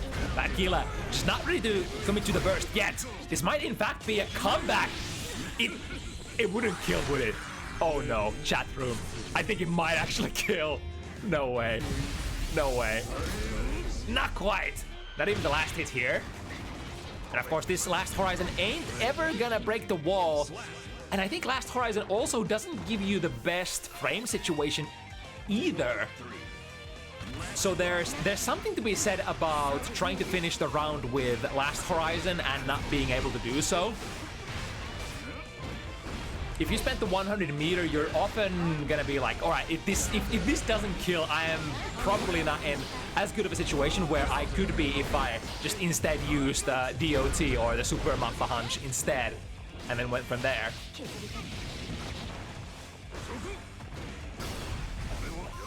Right, Master's Hammer. RCC just before it hits though. I wonder if Axeler's 5B would have been able to anti-air it. Right, tumble into the corner, finds an overhead. Waiting for a response here. Axeler is rocking with almost 100 meters, so Motobato could have been an option. RC extend pressure. Too heavy, one of those tools from Slayer that doesn't convert into super much without a counter hit. And there he goes once again, swipes with a 5 heavy, cleaving the screen and keeping the horizontal range clean of all dandy shenanigans, as well as backdash things. Yeah, I think the 5 heavy from Ramlethal should be a fairly decent tool for preventing, you know, backdashes and preventing dandy stuff, because it reaches so far. Of course, Slayer has always been the character that no matter how much range your opponent has, if you time your dandy step perfectly and make a whiff punish happen because of it, well, they're gonna die. So of course you can't just whip 5 heavy for free, but honestly, with the massive range that Ramlethal 5 heavy has, who's gonna whiff with that? I mean, if you don't have your sword like we had here, it's possible to whiff it for sure. Right, and notices the OTG's chance for a kill as well. Duel 2. Let's rock. Far Slash, another tool that reaches quite far, abnormally far compared to many other characters, and will be able to catch Aquila out of that backdash. That backdash from Slayer is such a peculiar backdash, even though it's like a standard big body backdash, meaning it's very slow, but it has, you know, 6 invo frames as well. The biggest downside of the backdash is that it doesn't start moving you backwards before the invo frames are already over. So technically, the invo period, during the invo period, Slayer stays still in place. That is one of the queerest backdashes in the game so far. And very strange as well, considering how strong his backdash used to be in previous games. Ooh, that's the 2 heavy counter hits. Might have been a pretty smart burst for Axler. Even from the sloppy seconds, Aquila was able to make it 60% of your life, and now looking for one more hit. Good 6p. And the air-to-airs are working as well. The sword explosion, though, with reversal with a last horizon, that was quite the commitment there. And now Aquila is going to be suffering the consequences of their actions, having to defend here on the stage switch without any tension whatsoever. And Axler doesn't quite manage to build up to the 50% tension initially, but no matter. We finish up with the combo. Ramlethal wins. Duel 2. Let's rock. Yeah, the instant air dashes just haven't been working out for Aquila at all. Axler is just way too, yeah. Again, I think Axler is kind of hard reading that the opponent is trying to go airborne, and because Aquila is going airborne so often, Axler can perhaps just keep going airborne himself and swing for that jump slash air to air. Because it's just happening so fast. If it's a reaction, then Axler is the nuttiest player I've seen ever. Yeah, sword combo, tumble, into a clean old meaty, close slash, get the kill. Axler 4-0 lead here in this matchup. Ramlethal. Alright, I wonder if Ramlethal is that one far range character that actually does give Slayer some problems. I could definitely see Axel being another character that, you know, is a little problematic for Slayer to deal with. Duel 1. Whenever we're talking about characters that just very easily cleave the whole screen. Alright, sticks on the 2k. Ramlethal, I guess many... Ooh, are we still okay here? Internet moment. Instant air dash coming. And potentially good.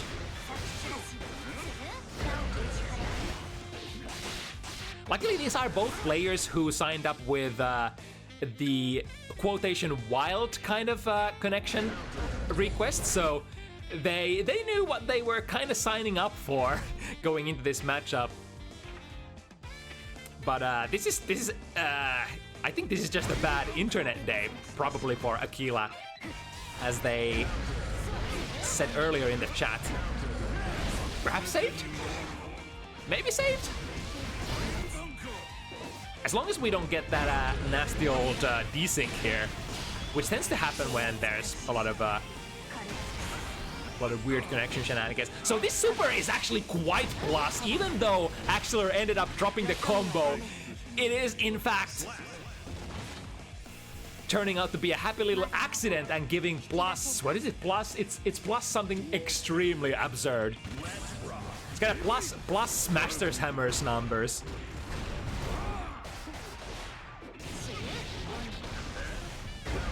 There we go, once again, the air-to-air jump slash. Feels so nice as well, because the jump slash is, like, akin with range to buttons such as, like, Sin Jump Heavy or Milia Jump Slash. It's just one of those moves that reaches so far horizontally. So it's like, as long as your opponent is in the air at the same time as you are, it should probably hit no matter where you guys are on the screen. Ramlethal wins. Now, I'm gonna try to pay attention whether there actually was a desync or not in there, because that was some really massive lags towards the mid of that set. And Aquila says that they are actually stuck on some sort of frame there in the middle of the game, so is that a desync?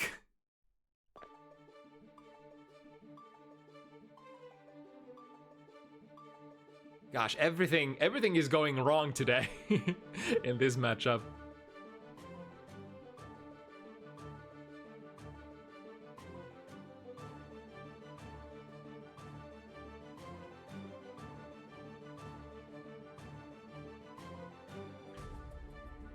So due to how bumpy the ride has been so far,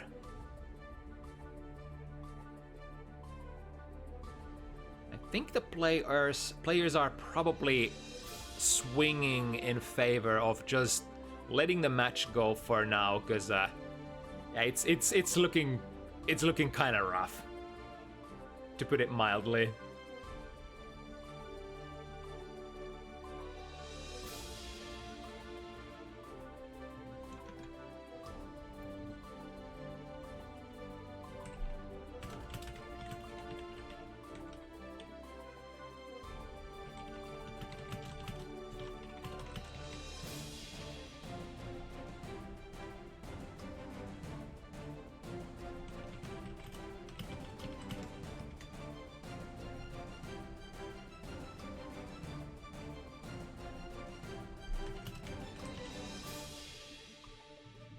Alright, and we've agreed to let this one go and hope the internet serves us better matches in the future. So that would mean that we're gonna circle back to the game number 4, which is this one, Ehmu versus OLC.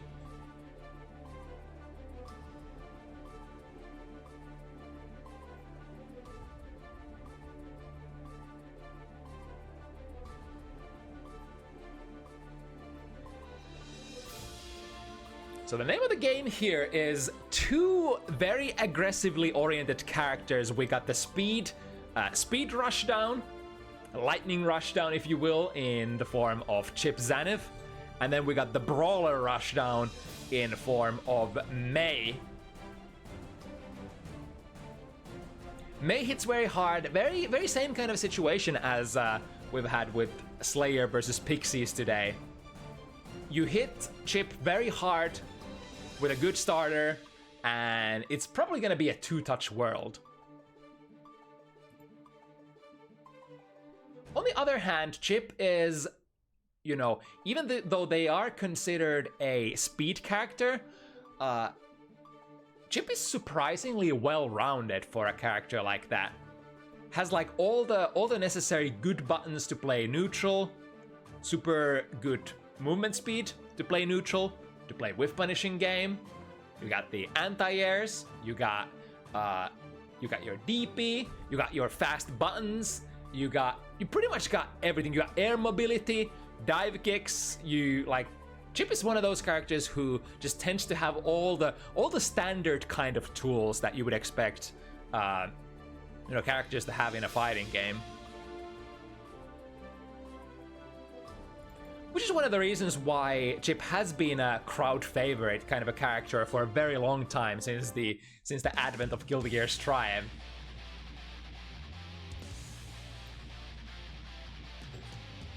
Now, May is quite well-rounded, or maybe less well-rounded than Chip.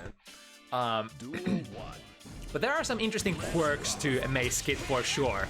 Then we got the whiff punishing game, starting from the round start, taking a couple of steps back, making the opponent whiff their S button, and then dashing into a punish. You're gonna see a lot of stuff like this happening throughout the match, especially coming from Ehmu. Trying to walk around the distance where, you know, May's buttons might whiff, and if you see a whiff, then go for it.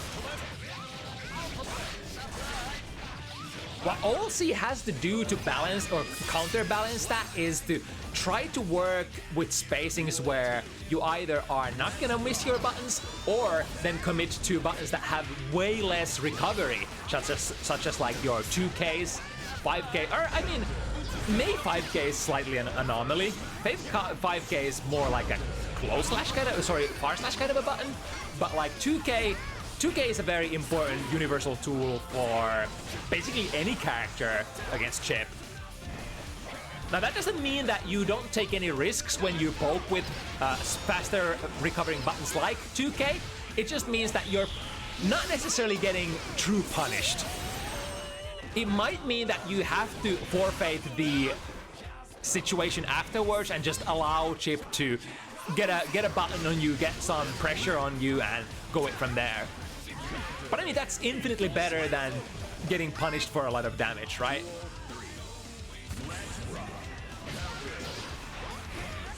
Both gamers starting with a round here.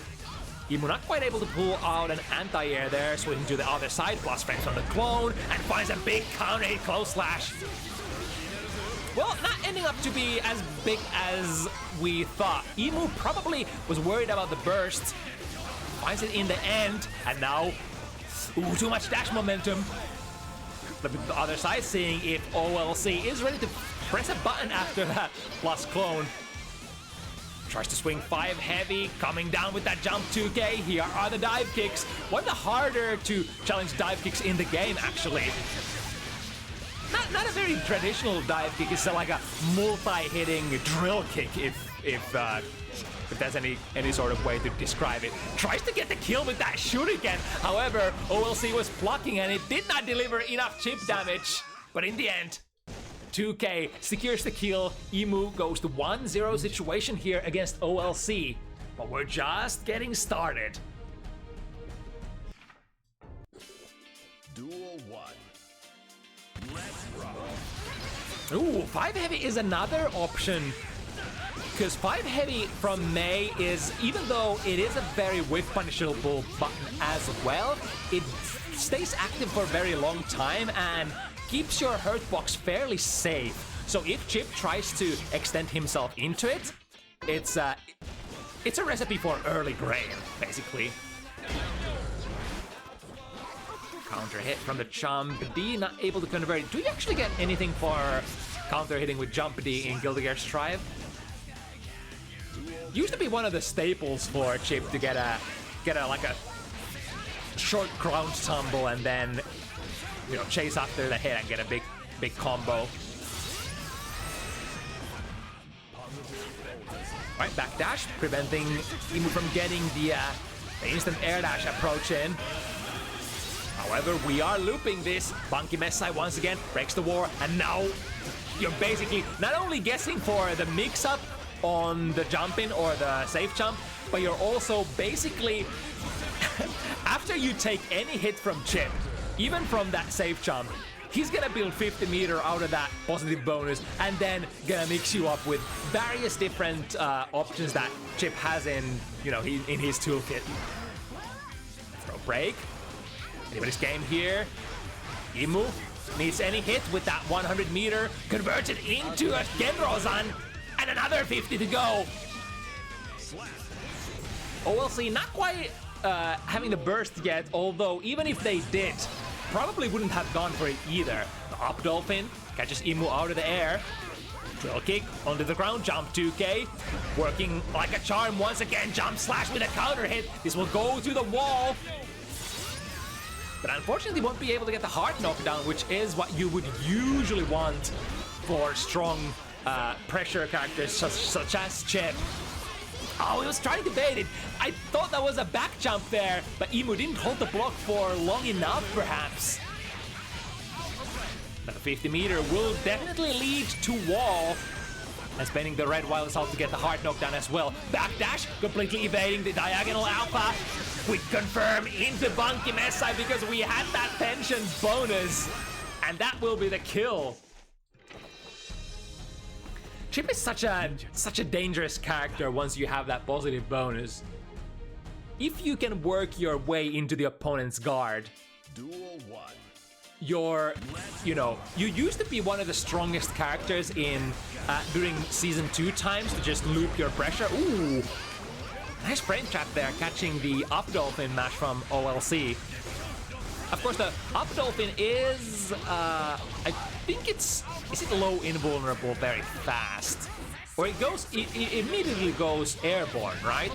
So it's technically a button that you could mash versus certain approaches and certain hitboxes.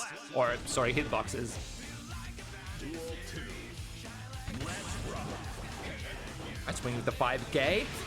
Change of buttons. I mean, it is safer for sure than far slashes or 2 slashes. But it is still a very problematic button to hit confirm for Mei, unless she uses the red wild assault or uses 50 meter. Once again, the double jump coming down the drill kick, and now both players are using those dash cancels quite a bit. Those are usually punishable technically if your opponent catches on to what you're doing. But they are a fun little tool to perhaps, versus an opponent that is too passive, to just double up on the risk build and tell them, hey, you should probably do something, because I'm pressure resetting you in your face. Once again, this time Ehmu didn't fall for it, gets a backdash and a punish. Oh, swinging for that throw. Ehmu getting a gold burst for their troubles and getting a premature tension bonus. Look at this. We're breaking the wall with a hard knockdown and we already have this much tension. Yeah, OLC had to go for that. Absolutely had to go for that deflect shield. If it doesn't deflect shield there, that round is over. Mark my words. Now, we are still in a very precarious situation. Last hit points for OLC. Trying to find some sort of a tricky angle, but Ehmu is everywhere. And now from the Rekka pressure. Totally manual cancel times. It could be the low Rekka. It could be the overhead Rekka. Even though all of those Rekkas are always minus on block, Chip is, surprisingly good at looping that pressure, depending on how scared your opponent is to try to interrupt it. And I mean, there is always a frame trap available with the next Rekka as well. So it's very, very standard kind of fighting game Rekka with a twist. Usually like Street Fighter Rekkas tend to be very punishable on block, whereas Chip is conditionally punishable sometimes, maybe, if you IP. And sometimes not even then. Either way, OLC working with a very nice situation here, boxing Ehmu in the corner. As soon as I say that, Ehmu managed to get out of there, but OLC on top of that, springing back. Very good trade for, the next trade is not as favorable for OLC though. Now getting thrown in the corner, Ehmu getting dangerously close to that 50 tension.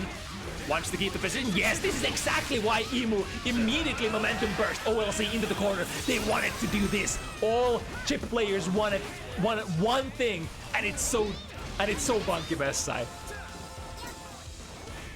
Right, back to the 50 meter, finds the hit, and that could have potentially been a wall break, but was worried about OLC's burst. Now, Ehmu is completely stacked here, won't be able to get the hard knockdown, which is a shame considering... Oh, we're betting, huh? 100 meter? OLC kind of gets away with it though, blocking into the right direction in the air. that sequence that Ehmu just did is not the easiest to block either, because you might have to hold left or right depending on which one of the Sanzei Roga hits you are blocking first. And again, with the last hit points, the Rekka pressure, the delayed low Rekka catching OLC, trying to struggle out of there. Ehmu, once again ready to dash cancel. Oh, even the backdash doesn't take OLC away from the Genrozan range. Such a far-chasing command grab that is. Big hit to S2, Heavy. We are going into the wall break. This time without a hard knockdown, so OLC will have opportunity to fight back. The middle 3K. Ehmu is holding back at the perfect time. Ehmu has been extremely vigilant for burst baits this game.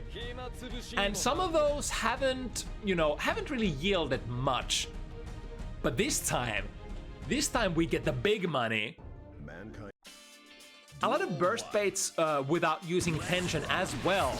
And those kind of burst baits are not the easiest in Guilty Gear Strive. So immediate burst here for Ehmu for whipping the DP and getting massively punished. Oh, uh-oh. I think this is over. Wall break. Super, yep. Wham bam, thank you, man. That was, our fair little ninja here does have DP, and it's a very good DP. However, Pixie character with a DP is, it sometimes ends rounds extremely fast. You have to put the fear of the DP in your opponent's mind, of course. But it does come with certain... What? Huh? How did OLC switch to the other side there? That was a Slayer backshot as looking combo there. Blink and you miss it, huh? Lost frames from the clone? Ooh. Ehmu was not able to go for the air-to-air fast enough, so OLC was able to get their jump heavy out and the counter hit. Now, from the coast to coast, drilling down with the drill kick. Connection issues, question mark, hopefully not for too long. Dolphin back hit combo. I didn't even know those were possible. Have I even seen a back hit Dolphin combo ever? In Strive, at least. Here we go once again, playing with the dash cancel. This time Ehmu doesn't have the reaction times to attack those. Attack that, rather.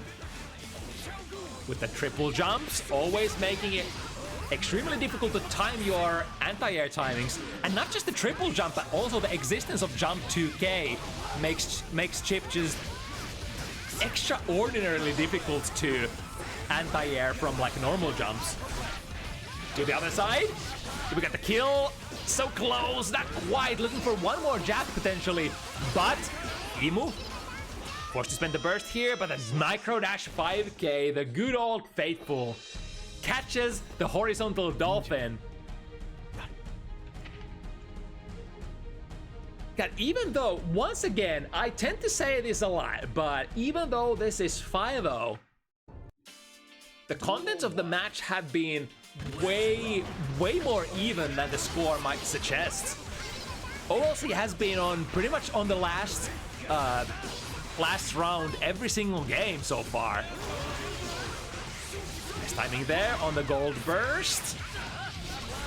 Completely negating the jump to heavy, meaty, and also getting the fabled positive bonus.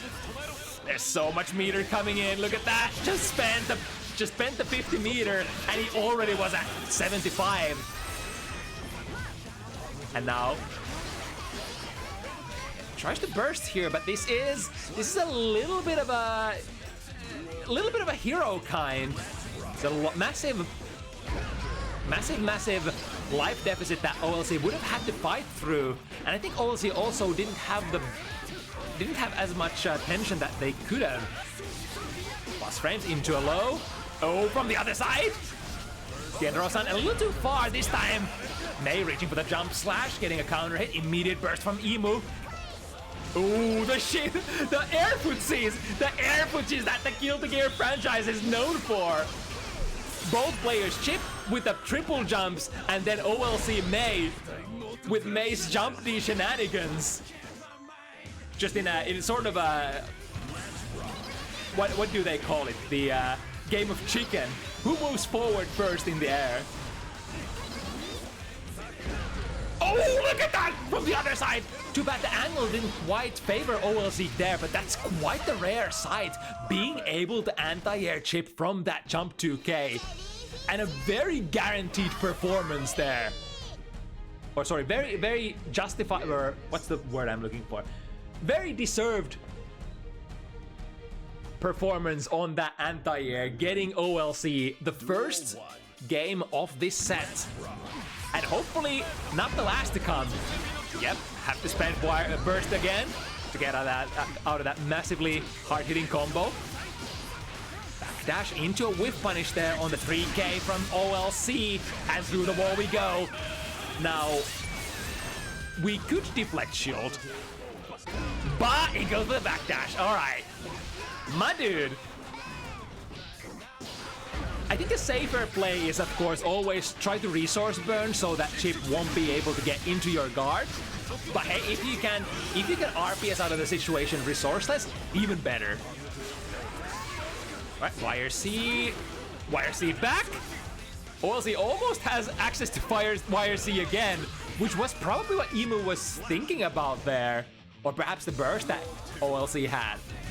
They had such a meter for meter war going on there. Nice microdash 2K to catch the landing frames of the up dolphin. Chasing, but the up dolphin recovers surprisingly fast. The pressure, ooh, the Rekka 1 did not come, it was straight into Rekka 3.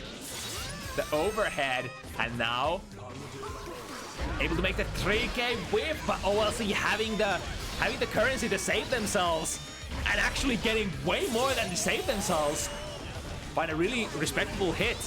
One more, YRC, aborting the sequence from OLC, jumps out and gets a punish on the way down. That is very uncharacteristic.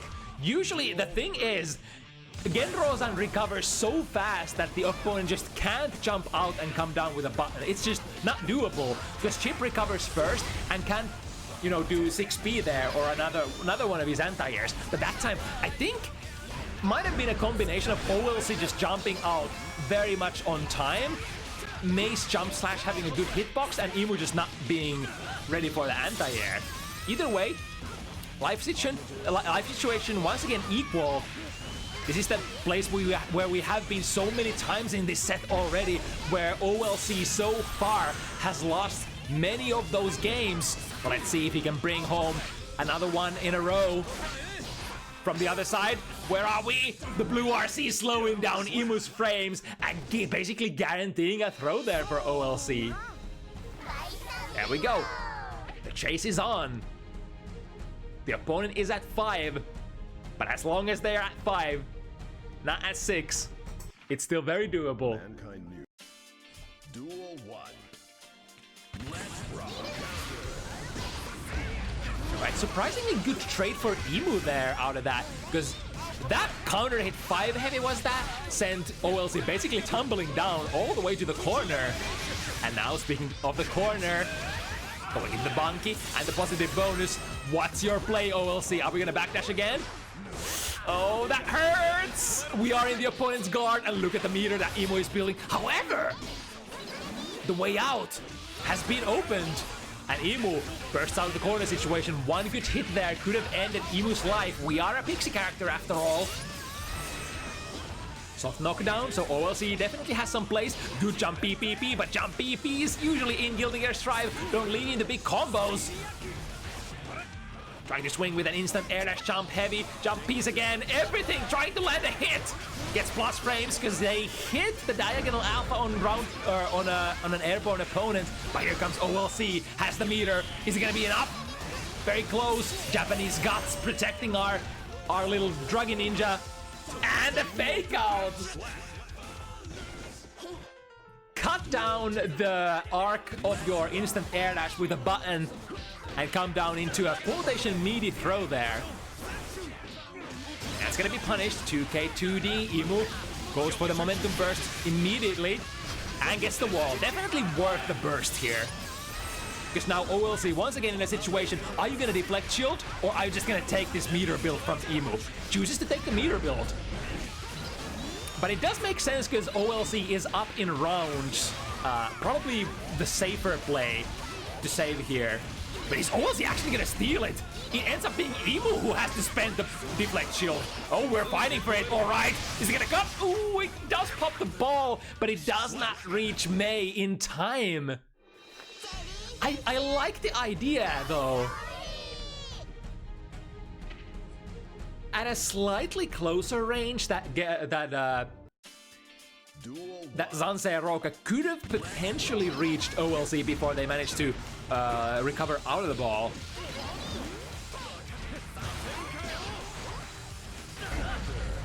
Right, the angle is good, and Ehmu was holding back during that sequence as well. So big damage inbound. We're not even breaking the wall yet. There's a lot of value before the wall break happened. This time Ehmu wasn't able to go into the Kara Super though.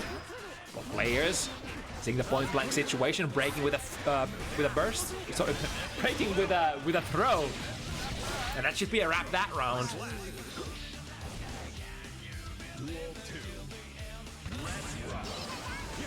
Ooh, a lot of patience there. The up dolphin landing straight in Ehmu's face.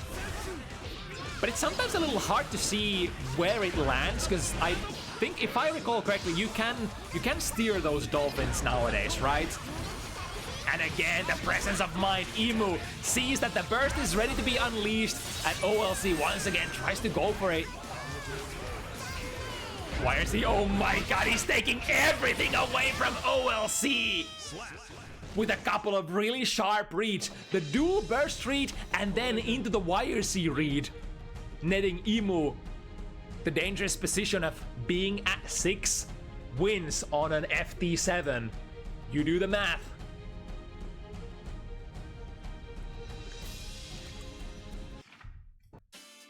Duel 1. Alright, now OLC will have to win 4 in a row to bring this home. Ooh, got a very nice situation there from the red Wild Assault, but I think Ehmu was actually trying to jump out and the 2 heavy just launched too much, and it was super hard to hit confirm. Alright, whipping a button straight into the Dolphin. Ehmu was a little late on that whiff punish, or rather there was too much distance between the characters. Into the loop. Ooh, that's so cool. RC? Yeah, that's actually gonna kill, because that will be a wall stick. Very nice presence of mind for OLC, and what a cool combo as well.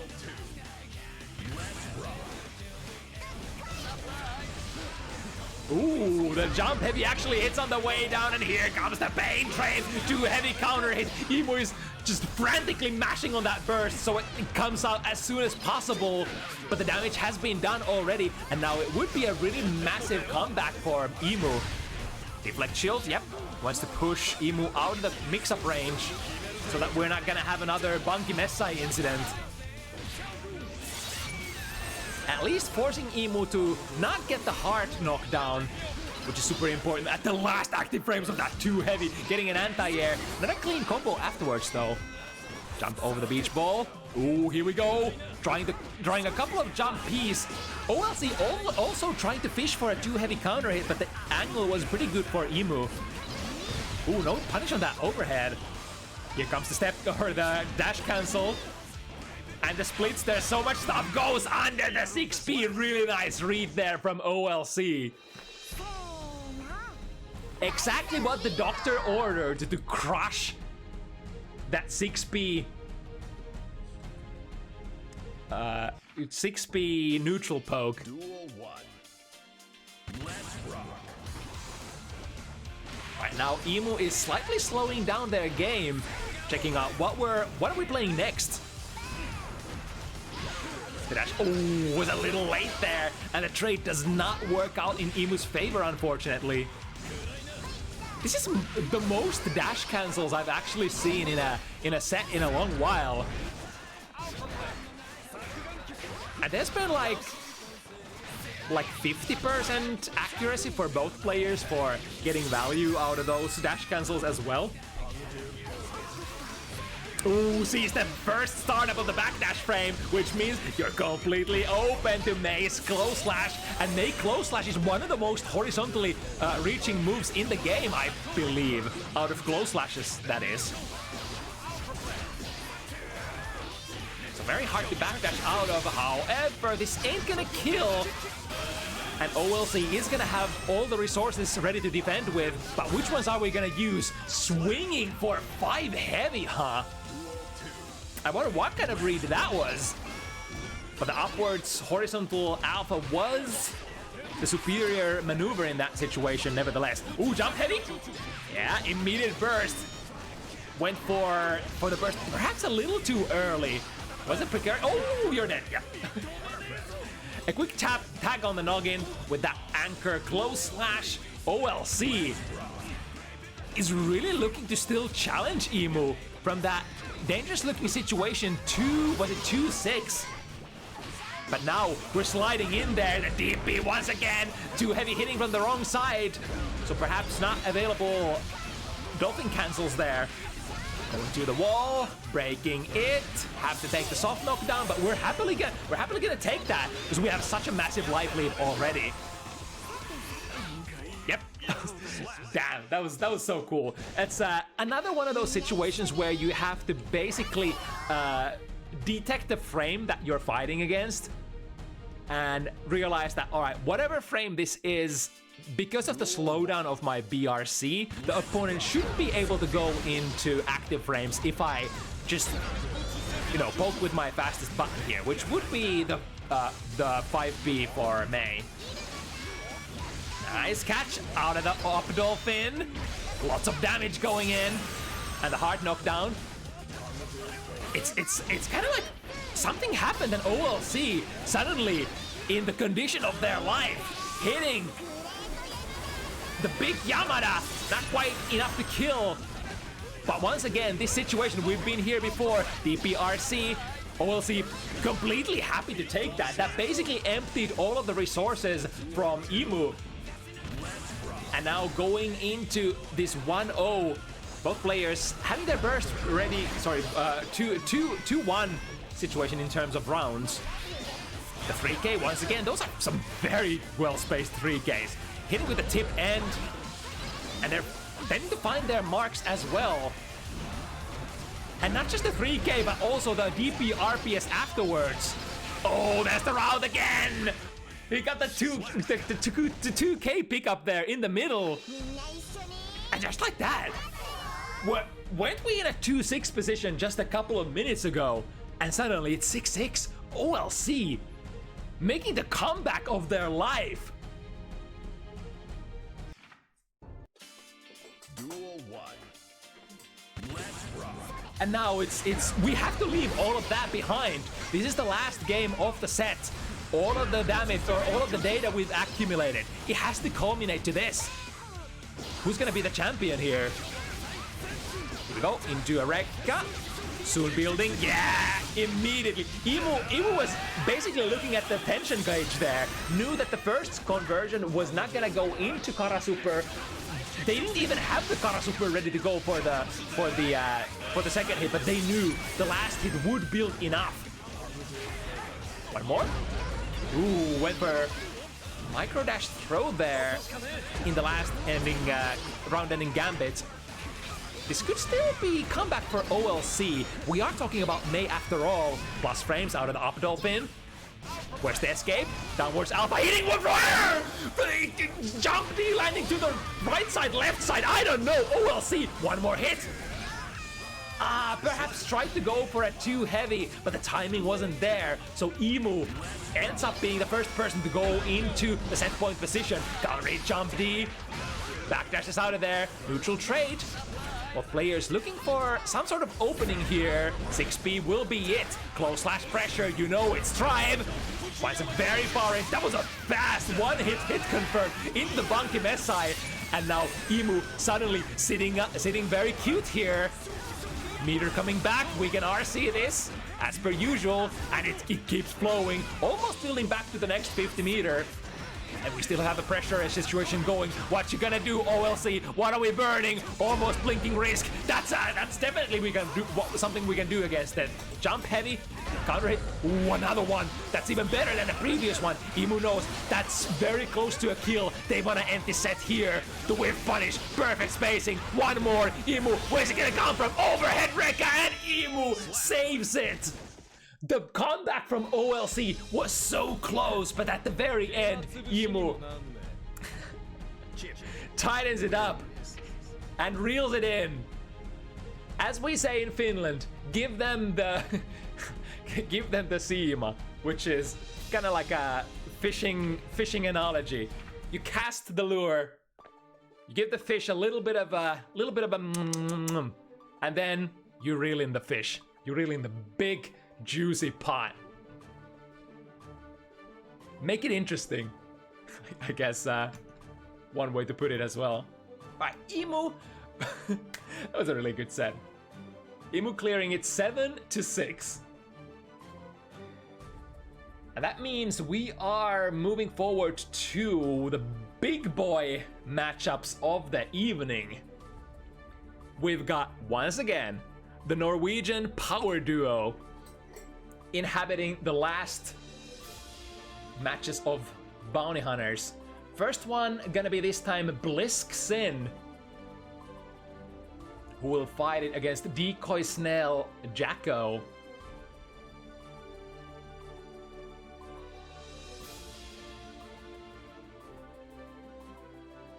Now, like we analyzed earlier, Decoy Snell does play this Sin matchup quite a lot. And Decoy has previously taken out Sins such as Zippy, Sin on Bounty Hunters. So a realistic assumption is that the matchup should not scare or should not surprise Decoy at all. They also play this quite a bit with Marissa, as far as I've understood. Now the question is, how much this matchup does Bliskke play?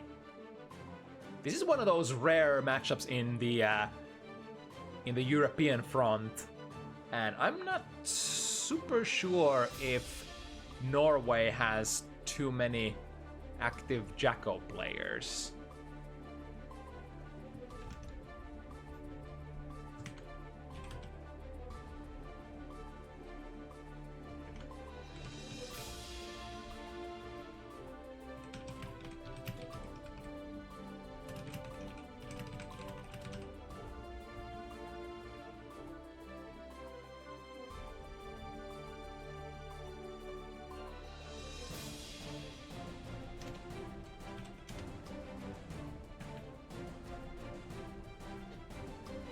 Got Bliskke already raring to go. Looking for another really cool card combination, by the way.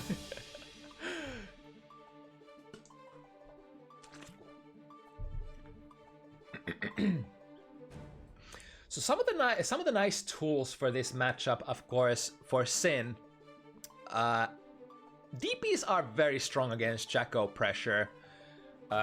Rather, when Jacko flows into 2D. 2D is like a button that Jacko can't really avoid using too much because it's one of the GOAT buttons.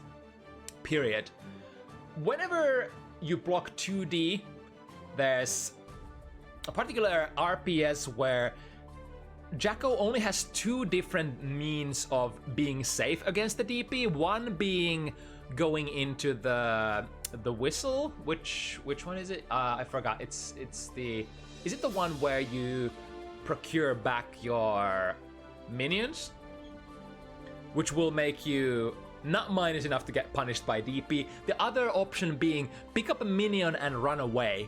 Now, both of those options, if read by the opponent, are quite punishable. You could chase Jacko as he picks up the minion and tries to run away. You have, of course, Elk Hunt, and other, extremely far-reaching buttons.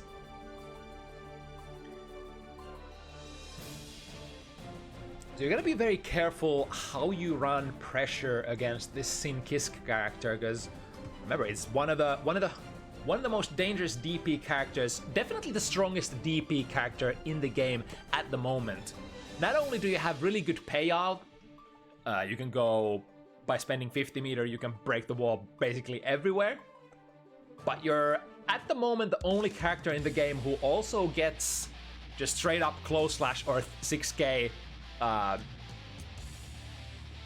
meaty out of that DP, which they kind of changed for most characters. Duel 1. Right, Decoy Snail representing the Netherlands, and Blisske from Norway. Here we go. The first hit goes to Decoy Snail, and right in the corner tries to go for the DP, and understandably so. If Jacko is able to mount that minion pressure on you, it's gonna get grim pretty fast. When you have a lot of minions available, you can structure your pressure so that it's kind of hard to get out of it through any means. Are we good here?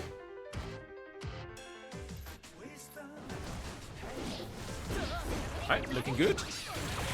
Resuming the match. Decoy with that overwhelming advantage starting from the get-go. Able to get that first round under their belt. And now 2D, as we were talking about, one of the goated buttons. Sin pretty much has to use, I believe, 2D or 2S. I personally like 2D more. So if there's decent amount of distance between you and the Jacko player, 2D is an okay button to basically counter hit 2D from Jacko coming in. 2S can do the job as well if you're well spaced and if you utilize the disjoint frames.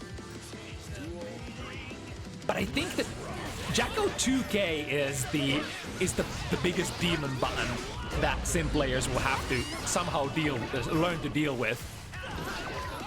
Not just on Jacko's offense, but when Jacko is defending at neutral, it's super fast to whiff, so on and so forth. But here comes Blisske.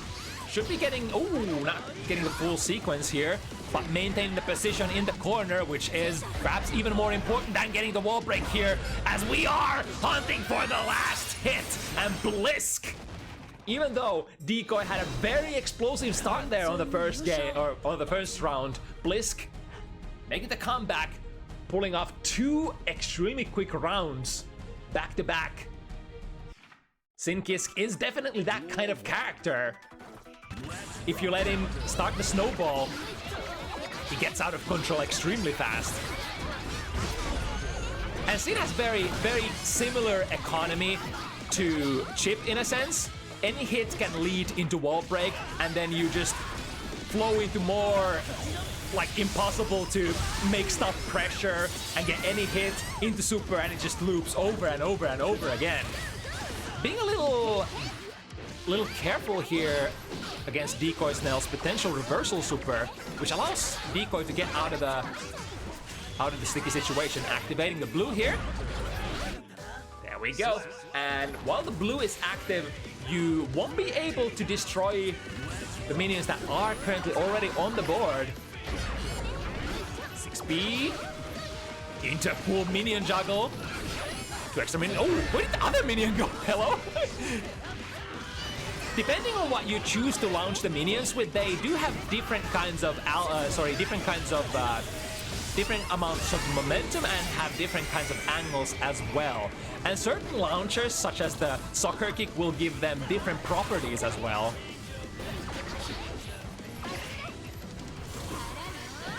Alright, making sure that there was no funny business coming in from Blisske here after the whip.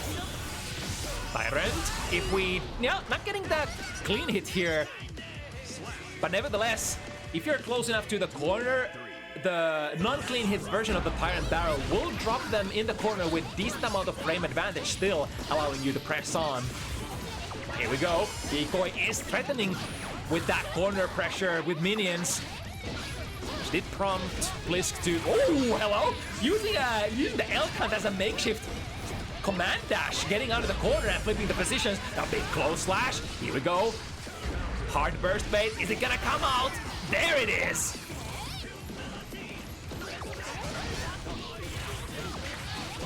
Sliding close with Elk once again, but I think the shoot kill is gonna cause a wall break. The super itself, not... Oh, never mind. Not getting the wall break. I guess that was just barely far enough away. Decoy Snell evening it up 1-1.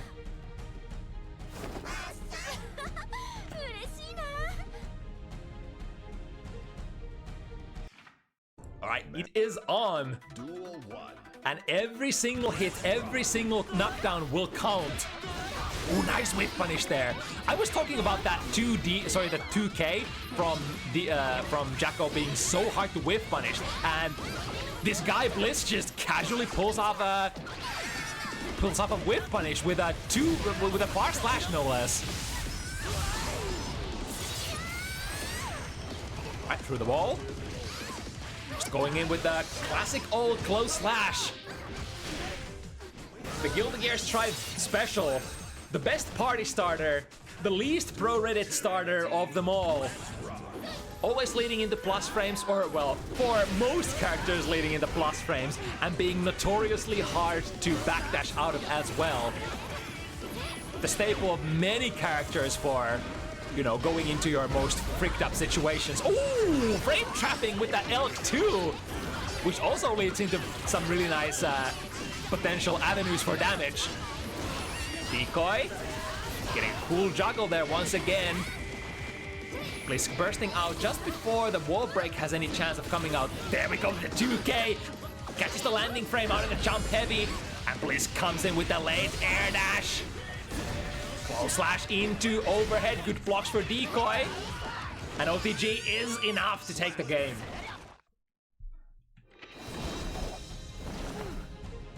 Sid really is a character who can dish high-lows, or maybe pseudo-high-lows as we call them, on a moment's notice, extremely fast in sequence as well. The reason why we usually say pseudo-high-low is that technically, even though Hoof Stomp is kind of hard to react to, Elk is not. So when you're in a situation where Sin kind of has to cancel, or has no other ways to extend the pressure other than cancel, such as after 2 heavy or 5 heavy, you can kind of always stand up and just throw the elk on reaction if you're a really high-level player. Of course, it gets much trickier than that when you take into account that Sin doesn't have to go into those heavy buttons. He could cancel into Hoof Stomps from 2Ks, like any K buttons, could go from it from close slash. It's, yeah, it's... When you have to guess for high-low for basically any button on block, it gets kind of fuzzy. Now Decoy here, catching up with a super. Putting Blisske in a corner position. Blisske has so many resources to defend with here, though. Uh-oh. Oh, I actually thought that was a jump out, but it ended up being a gold burst. Here we go, once again, the 2K. Ooh, slides straight into into Beak Driver. And was not willing to risk it on a 6P.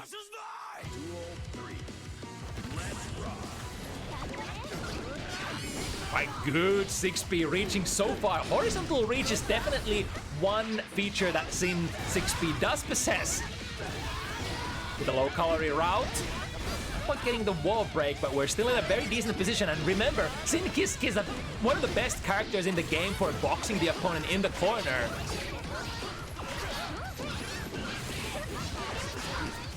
But just like that, Decoy working it from left coast to the right one.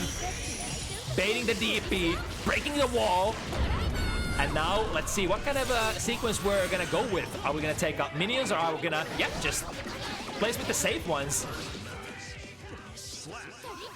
Of course, there was an option to run in for a close slash meaty, but against the kind of character that we are fighting, Sin Kisk, that's surely gonna be way riskier than just taking out a couple of minions and starting the neutral game with a decent advantage. Now, round start, instant air backdash jump heavy, catching Decoy out of that air approach. There we go, the Elk 2, just barely getting the wall stick. And then the hard knockdown as well. And now the resources are gonna flow in, and flow it does. One hit confirmed, one hoof stomp straight into a Kara cancel, and we can do it again. Yes, indeed. That's my boy. They just keep coming. The situation repeats over and over. And does surprisingly a lot of damage as well. You could go for just like single hit into a hoof stomp into super, and with positive bonus plus, what is it, plus 10% more damage, it's gonna do some relevant damage, especially since Sin combo damage is very backloaded. So like a lot of your combo damage is gonna come from Tyrant Barrels.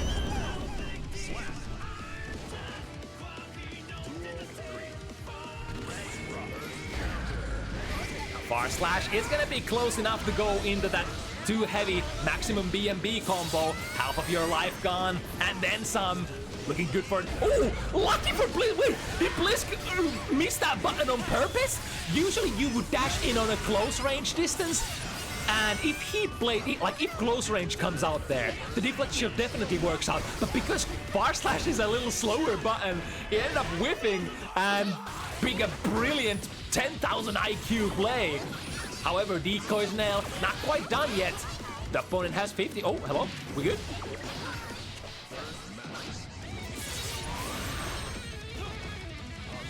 Right, ready to play still.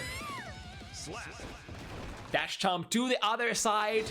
Wait for opponent's reaction and then come down with a big jump heavy hitbox. Blisske once again assuming the lead, but not by much. 2-3 here. Very early. A little late on the punish there. Got the burst, got the bait on the DP as well, and got the bait on DP again, going into the quotation meaty throw. Ooh, very nice reaction there. Hit confirming into one touch. Got a Tyrant Barrel. And a Tyrant Barrel breaks the wall from a very far distance as well, especially if you manage to get the clean hit. To the other side, yeah, this is definitely the Blisske special kind of movement. Blisske is a very different Sin player considering how they move around. It's very distinct, the kind of angles that he uses.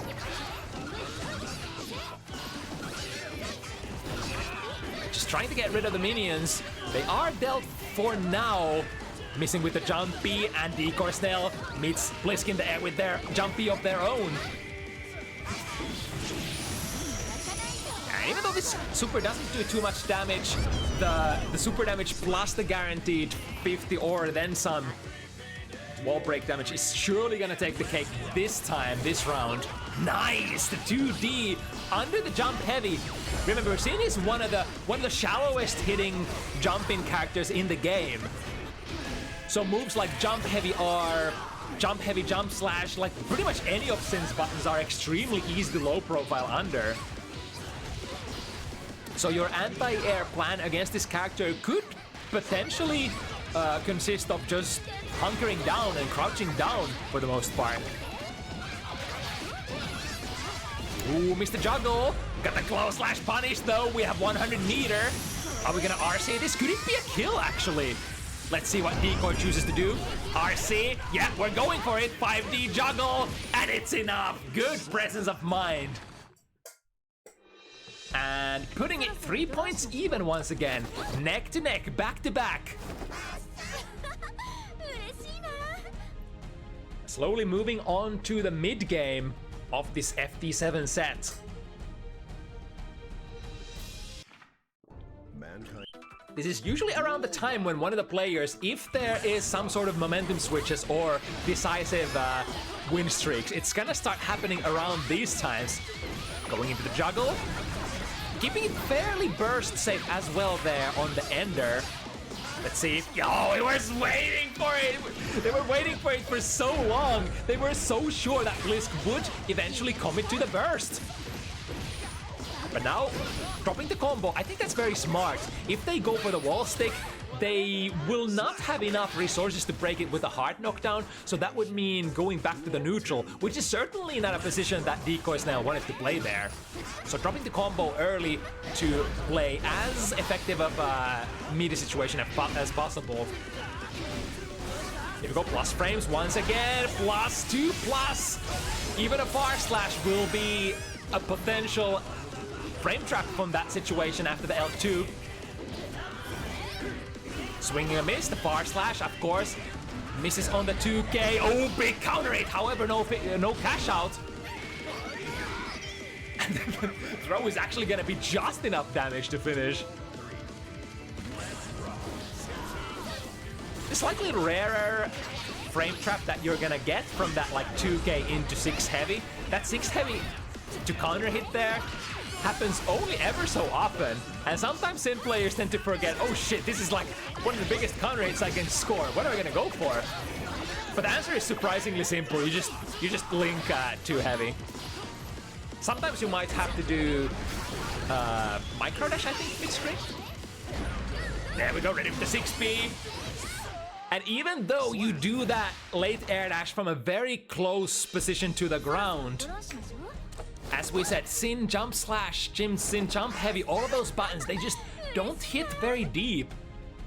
So that was an extremely delayed, very late 6B from Decoy Snail, and it still ends up working out. Duel 1. Let's rock. There we go, very nice approach. Sees that back air dash jump heavy coming out, so aggressive dash forward and hunting for the landing frames here. And Jacko has really good normals for hunting those landing frames as well. You know, 2D moves you forward really fast. 2K reaches pretty fast as well. There we go, straight into the biggest. Yeah, that's just gonna be a kill very fast.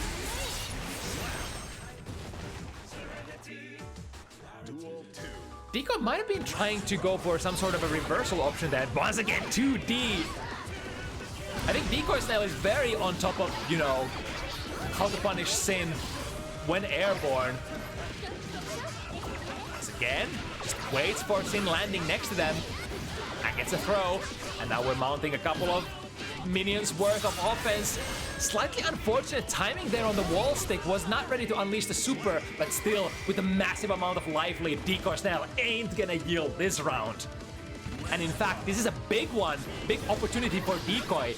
If they manage to get the win here, it would mean the biggest momentum swing this set has seen so far.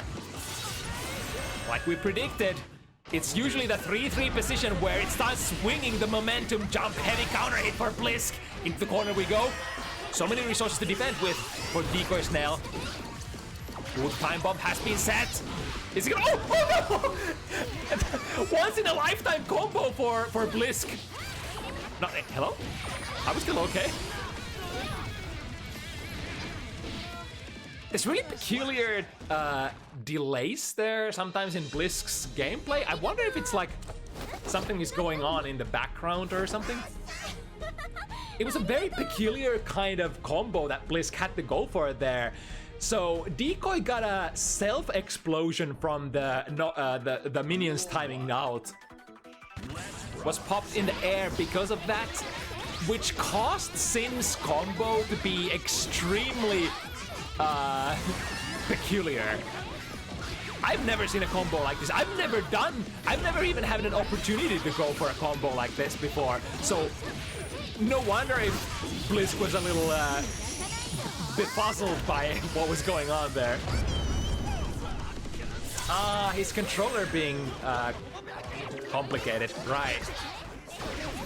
That's an unfortunate thing, but you know, sometimes in competitive events like this,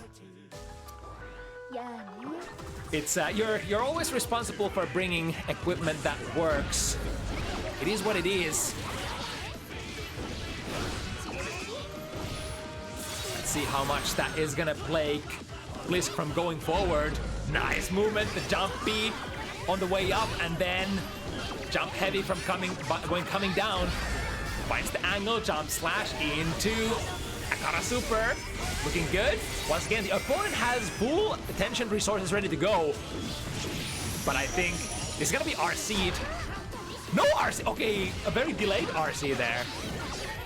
The dangerous thing about a delayed cancel like that is if the opponent mashes a DP or a super of their own between your between the super and your RC, you might actually get tagged there in between. It's a kind of like risk reward. It's an RPS assessment. Like, do you think they would DP post flash? If so, then you probably want to RC immediately and save yourself. If not, then you could play it, you know, you could let it rock and then consider if you want to RC afterwards. Now clean DP punish once again. Very important ability to be able to do in this Sin matchup. Being able to close slash punish Sin's DP between the first and the second hit, so that you don't have to participate in that annoying RPS afterwards. Get a throw. Trying to waste time to get back those important stamina resources so that you have the combo potential, but also, ooh, let's see, backdash here. Will be able to save themselves with the RC. I wonder, might have been able to block that as well. Late air, backdash, jump heavy, the overhead option there. Very difficult to see after that throw. Yeah, again, the 2K low profiling under jump slash. No business whatsoever for Sin's jump slash being able to call that out. Into the BMB combo, dropping it next to the corner, 6K, good hit. Chooses to not cash out this time. YRC trying to build some distance between the target and themselves. Nice 2K on the landing once again, however, wasn't able to convert that into a advantageous position. And here comes Blisske again with that dangerous character, baiting for perhaps a gold burst or a deflect shield. Okay, Blisske chooses to play here. Now this is a calculated risk. Blisske had very little life to spend, but he had 100 meters, so the risk assessment was, I have so many things that I can do as long as I can make the opponent block, so I'll go for it. Unfortunately, it did not end up paying off, and now in the corner with the minions. And I think, is Decoy Snare already in the set point as well? So Blisske will have to play this out of their mind. There's the gold burst that Blisske was probably trying to hunt for previously outside of the exploding minion range. Gets out of there before, next screen, before they even explode. Good deflect shield will be able to push Blisske away from any sort of pseudo mix-up position. And Kara Super, yes indeed, we are alive! Sin players rejoice. We're moving on to the end game here. Potential 3 rounds still left. Blisske has to get all of them to kind of come out of this this matchup victorious. Again, the jump slash is completely whiffing on the low profiling frames of the 2K. You know, Jacko has the DLC 2K, as they call it. But I think it's less that, and since, you know, air button just being so shallow, I will never forgive them for not giving my boy a proper jump-in button. Right, setting the goons in motion, however, Blisske not phased by that at all, moving through all the right trajectories. Sees the kill, takes the kill.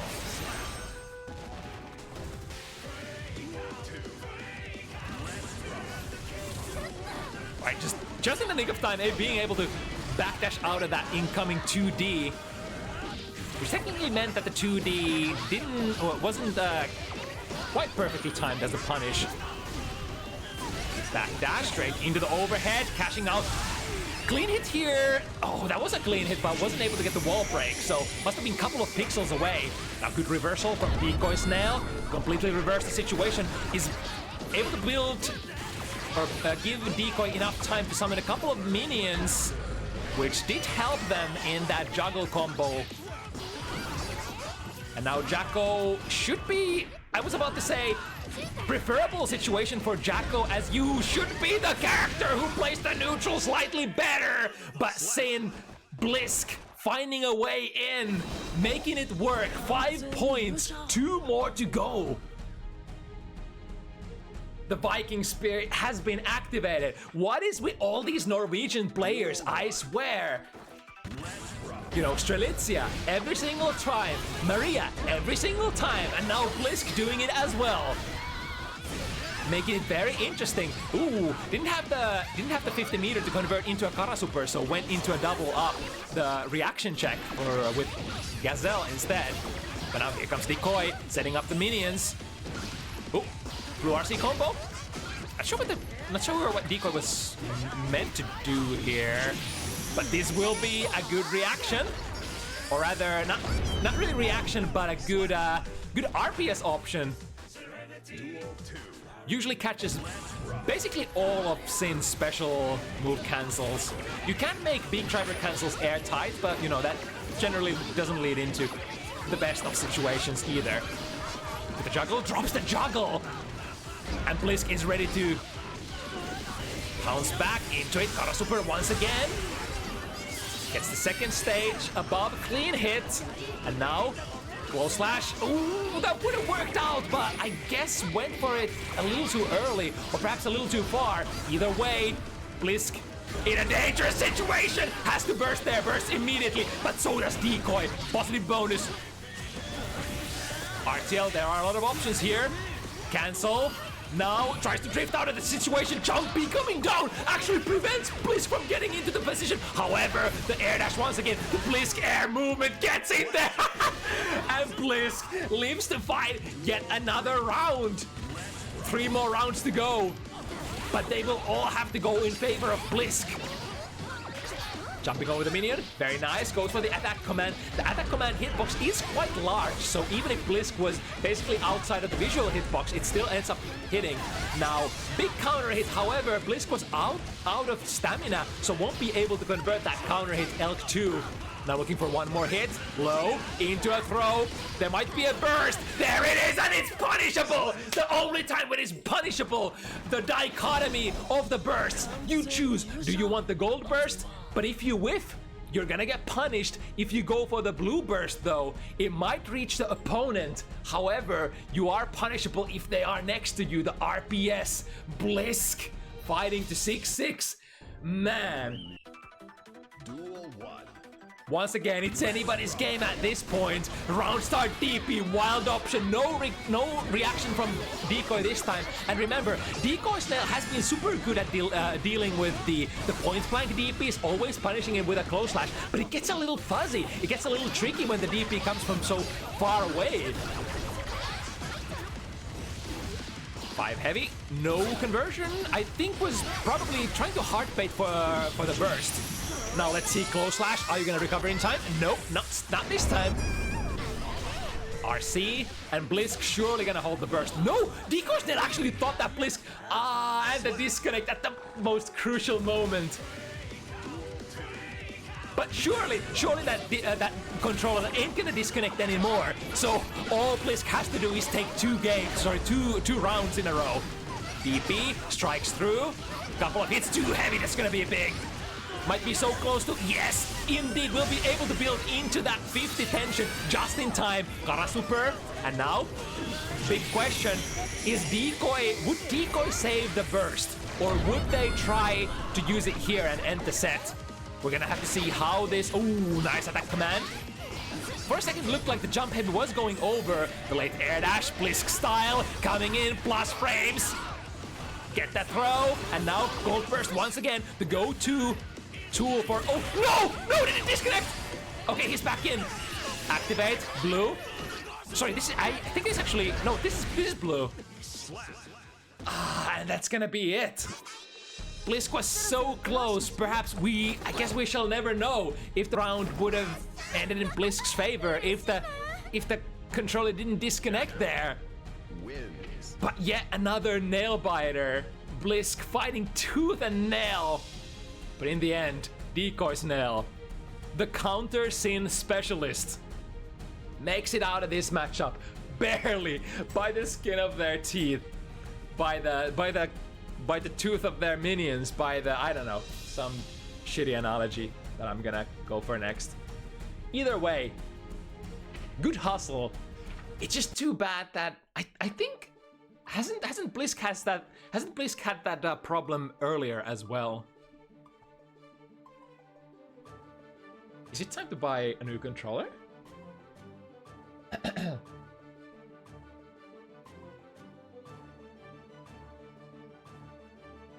Alright, the second half of the power duo coming through. Strelitzia. Mode Evil is gonna face Matiibo, who is, in my opinion, one of the most entertaining Finnish players to watch. Now, not entertaining in the way like you would consider, like for example, Radunlio to be entertaining, or what's another good example? Like you would expect your boy Spades to be entertaining. Those players are extremely wild and create games from the risk reward, the hype of the situation. What Matiibo does, Matiibo plays the game extremely clean, pure fundamentals, on and off the court, straight fundamentals, no funny business, you know?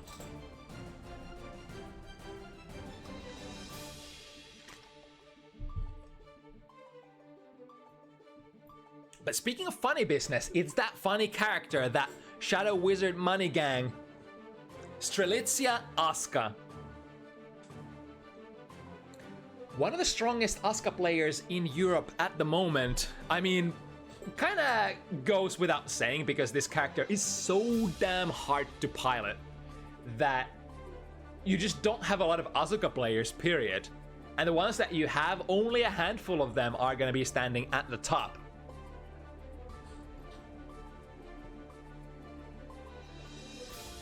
And I think I've never seen Matiibo play this matchup. I've never seen Matiibo talk about this matchup. I don't think I've seen this matchup even being played very often. So, gonna go into this with very little amount of knowledge beforehand. Of course, Sol doesn't even have necessarily the mobility that he had in the past either. So gonna be interesting to see how Sol deals with the incoming cubes. Of course, the place usually, or the game plan usually at neutral versus Asuka, no matter who you play, is poke into the standard cubes, then potentially follow up with, if you have any good cancels, if you have special moves that can reach Asuka, cancel into those, try to catch him, you know, recharging mana or drawing more spells or whatever, usually things that Asuka players do after casting a spell.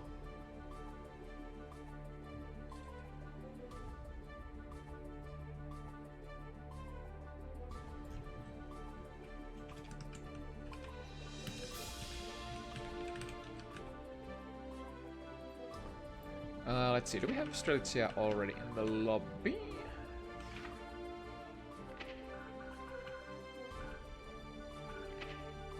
We do.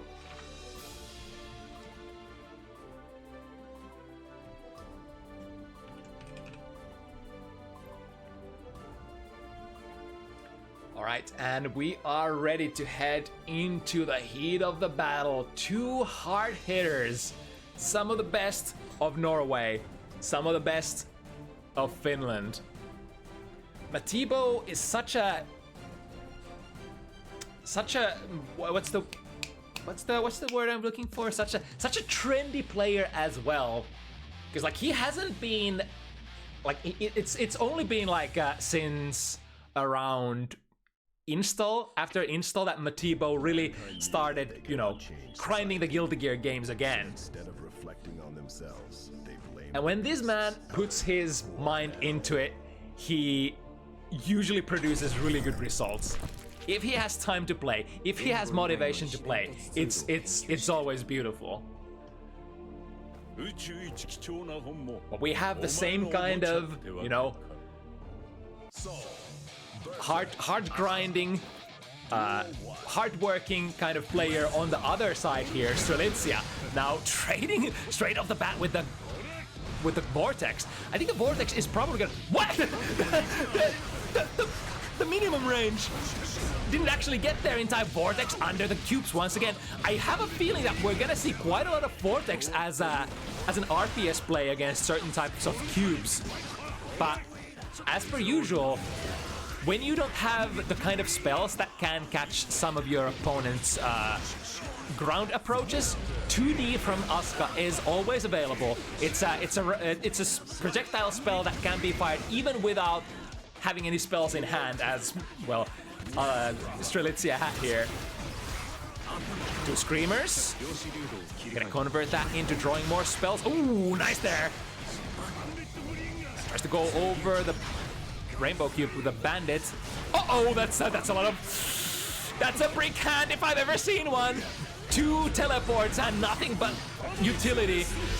Use the super, shop for better spells immediately. Now what's Matiibo's response? Under is the way once again.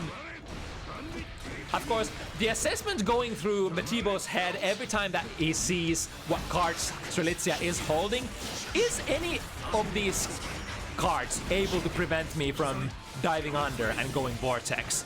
That was one of those. The beam super hits low enough so that the Vortex would have been countered there, which is probably one of the reasons why Matiibo chose to not commit.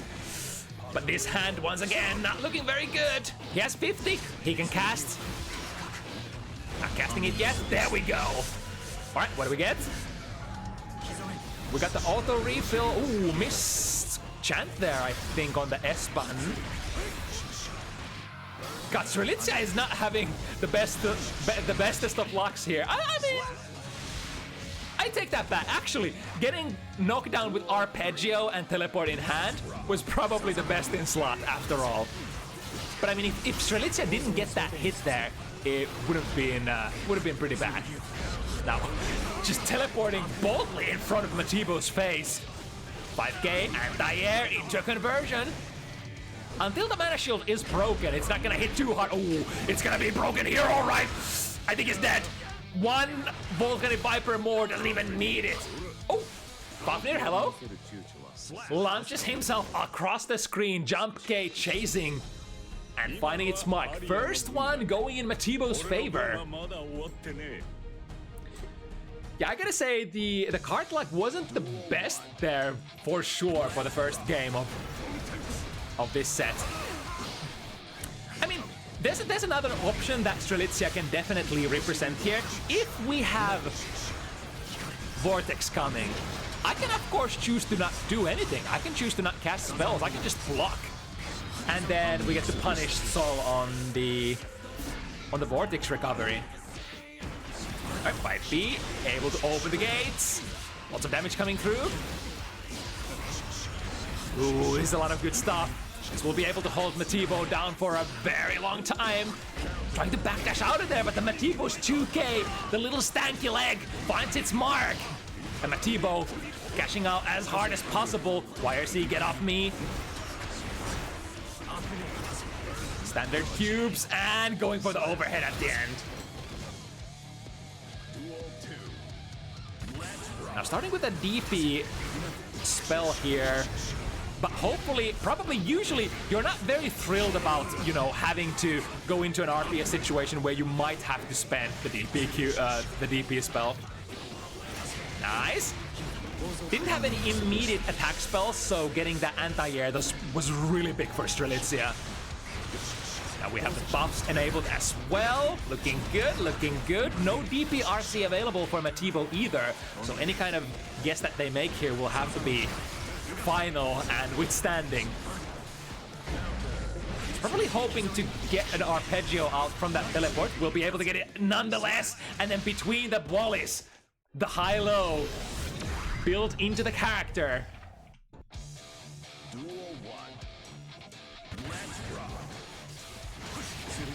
Nice, and a perfect spacing just tags Matiibo with a far slash from a perfect range where the instant air dash won't be able to reach. Right, lots of utility in hand once again. Would love to activate these buffs if possible. We'll use the arpeggio volleys to enable some of them. Now we got the situation. We got the Exodia. Another auto refill in hand. Strelitzia enjoying a lot of good resources. Not just the mana being very high, but also the cards coming back. But now having two arpeggios in hand is a very nice position if the opponent is lying on the floor without being able to fight back. But it is a very slow spell if you are basically at an even neutral standing. So Strelitzia will have to go down there. Far slash through the cube. What cube was that? I think that was Screamer, right? Matiibo's far slash was just punching through. Where's the startup of Screamer? Is it like 11 frames? And Soul far slash is 10 frames? Right, doing the strike throw thing this time. Good jump out. We are kind of out of the mana though.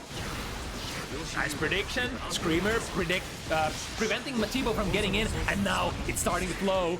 YRC just to avoid having to block that high-low situation. Once again, 2D produces a low from very far range. Take this mix-up into an empty low. Matiibo bursting, wanting to end the game here. Good 6p from Strelitzia. Hand is a little bricked. Okay. Finding a tap blitz. Sorry, tap blitz. Wrong game. Tap dust. But now problem. Okay, no problem. I was like, problem here is that Strelitzia has pretty not very good amount of mana and not very good attack spells in hand either. Ooh, the beam spell completely missing. And again, bricked hand. We'll have to make do with normals here. Ooh, good. Was able to catch Matiibo out of that low profiling approach. Matiibo swinging for the 6p. And forcing the situation by using the meter and the red wild assault as well. Counter hit. The mana recharge spell is definitely protecting Strelitzia here. Remember, it's not just an offensive buff. It also works in a certain way as a defensive one as well. Getting a mix-up out of that rainbow cube, using the teleport, and now we're shopping for more. Bit shift level 2. Sorry, level 5 ×2. Hold these. And more. Perhaps waiting for the DP to come out, deflect shield, but it's not gonna play into Matiibo's hand, unfortunately. It will momentarily push Strelitzia away from an immediate mix-up distance. But with a very, very limited amount of meter that Matiibo had to use there, or had available there, not the best of situations. Guard Crush spell. Very nice all-purpose wall of hitboxes. Oh, nice 2k. Able to get it active just before the vortex hits. And Matiibo once again in a situation where they have very little amount of resources. It would be nice to have that 50 meter to be able to do DP RC or, you know, RC out of perhaps vortex or from BP or other shenanigans. With that gravity staff, gravity curls, bringing the cubes exactly where Matiibo's head was. Aggressive dash forward, preventing Strelitzia from getting the good start. 3 cash plus refill hand in test case 3 is the GOAT, sort of the GOAT opener if you can, you know, get time to cast your standard cubes. Opening up the gates. There's no way for Matiibo to get past this, so Strelitzia will be freely able to shuffle their deck here. Ooh, both players using meter. Matiibo on the hunt. Good use of FD though. Strelitzia completely pushing Matiibo away from that far slash range. That's the tried and true age-old universal mechanic that the king of strike throws will have to contend with. If there is FD, you will have to try to battle it in, you know, in means other than just auto-dialing into the buttons. Ooh, it was the green cubes. The green cubes are interesting out of the standard ones because they arc towards the bottom, or rather one of the cubes arcs towards the bottom, so it's a little harder to go under with Vortex.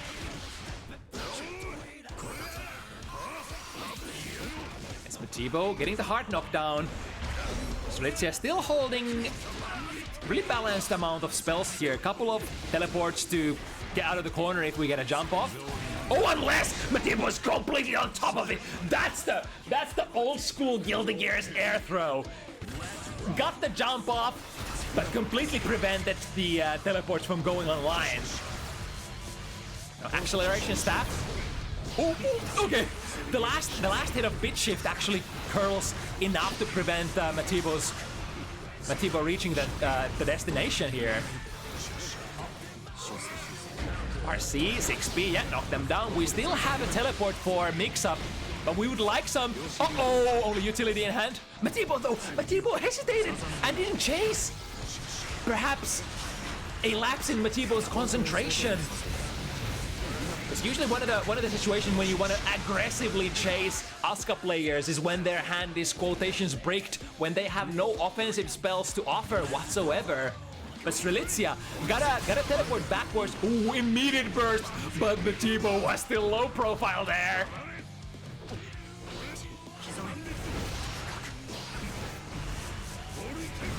Here we go, Vortex RC. That's one of the go-to starters of Matiibo's game plan so far. But it does require the 50 meter, which you kind of have to fight for initially to get there. Alright, Mana Shield is back, so time to cast some motherfucking spells. The spells that Strelitzia had in hand weren't too good. 2 bit shifts to cover for the buffs. Oh yeah, we're in Exodia. Teleport to the other side. Hold these. One more. Oh, he's gonna push it into the black hole staff. Ooh, Matiibo! What? Using Vortex to go under, completely avoid the black hole staff's range, and the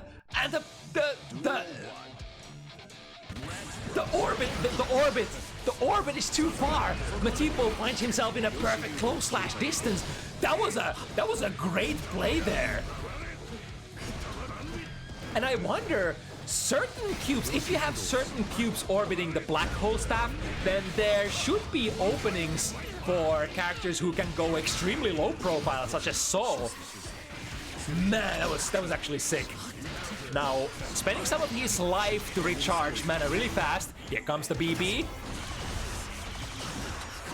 Acceleration staff, pushing the cubes fast towards Matiibo. That makes it extremely difficult for you to poke into them on reaction. And it will also guard crush the opponent on impact. Nevertheless, Matiibo clears that round again and is on the hunt, looking to bring it even. Screamer once again preventing the instant air dash. Will be able to use Arpeggio here and shuffle. Yeah, good buffs. Was able to get the auto refill online, so we technically have Exodia active here. Little problematic spells here. I think Strelitzia was probably considering between doing the Mulligan super. Oh, the DP spell gets value. And sends Matiibo to the orbit using the black hole staff once again. So usually what we mean by Exodia, it's having the auto bookmark skill as well as the mana recharge active. But I think some players consider part of the Exodia also being the third part being this staff, the black hole staff, the gravity staff. Because if you have those three online, there's usually nothing your opponent can do, and you can just try to cycle your deck infinitely without, you know, any kind of risk. Who misses the last Bandit Bringer, but perhaps Matiibo meant to miss it as well. Blue Wild Assault trying to build some distance, frames up with a jump, with a close slash, or far slash. Buying Strelitzia enough time to open the gates. Bit shift, very low bit shift in hand, so would love to hold these for a while longer. No choice though, they were the only spells able to reach Matiibo at that very moment. And a very worthwhile investment indeed. So, two different kinds of bit shifts. Sometimes the bit shifts will spawn as level 5, and they will start counting down, which means the faster you cast them, the faster you're gonna, the more value you're gonna get out of them. Some bit shifts spawn as level, is it 1 or 2? And they will instead count upwards, so the longer you hold them in your hand, like this one there. Yeah, it spawns as level 1, and if you hold them for a couple of seconds, they're gonna level up to bit shift 5, which will fire 5 cubes instead.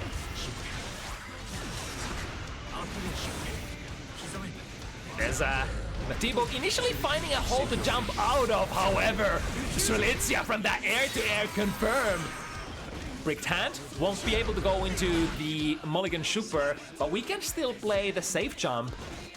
And I think Asuka's safe jump from that position is safe against 9 framers, if I'm not mistaken. Right, 2 arpeggios. We have some really powerful spells here. Able to mix up using those. Open the gates.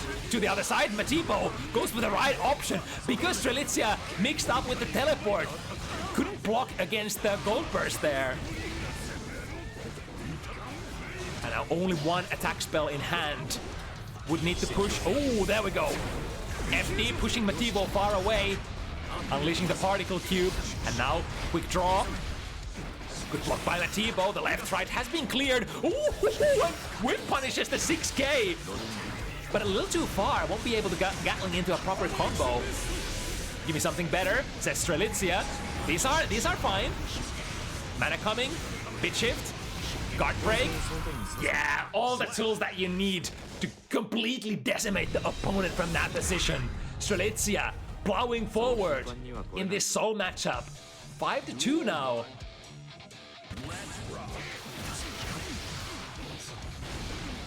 The opportunities to get in the Mage's Guard have been very few and far between. Usually when Matiibo gets there, they make really good use of the position. The problem is, you know, the neutral and the defense is kind of tough. And Matiibo is persevering here. There we go, finds the auto refill. Pushing it. Ooh, YRC. That was actually a pretty brilliant place to YRC because Strelitzia was going for a close range mix-up as well as having really low mana there. So couple of strikes on block could have taken Matiibo really close to breaking the mana shield. Again, the green cubes are the best ones out of the standard ones. Very hard to low profile under. Go with the conversion. Ooh, okay, so chooses to spend mana instead to completely renew the hand instead of getting the heart knockdown. But let's see if Matiibo can make Strelitzia pay for that choice. Not getting that heart knockdown. But instead, here comes Matiibo with the heart knockdown of their own. 50 goes into the YRC. Immediate casting. Oh, wait, huh?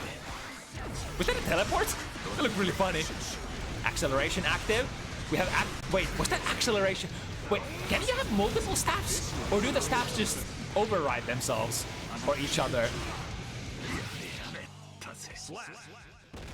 I thought there was an acceleration staff and then suddenly it was instead the gravity staff. Well, whatever the case, Strelitzia blazing forward, 6 points to Matiibo's 2. And considering how it's been going so far, this feels really tough for Matiibo. Yeah, time to block. Rainbow Cube scoring you a heart hard, a tight, airtight, a tight high-low mix-up. Right, using the guard crushes. Frame advantage to shuffle for more spells, and casting we go. Oh, that was so smart! Matiibo once again was trying to hunt for the YRC from close range position, but this time Strelitzia bets it out with a back teleport. Nice guy! Is on a completely another astral layer. One more. First set point, Strelitzia Asuka. Opens it up very nicely, get the goat opening, spend the 3 casts, then immediately refund your hand in test case 3. And start drawing those high impact spells. You always want to draw as many spells as fast as you can in test case 3, if you can. Now the Rainbow Cube is gonna hold the opponent in place, activate buffs. Yeah, this is looking like this is looking very, very good for Strelitzia. Finds the hit, lots of damage coming through, drops the combo, but we're still in a good position. DP gets Matiibo some purchase, 100 meter to spend. Go on, oh, go off, King! Has the 50 meter to break with a heart as well. Oh, doesn't go for it. That might have been a miss input there. 6 heavy, will it trade?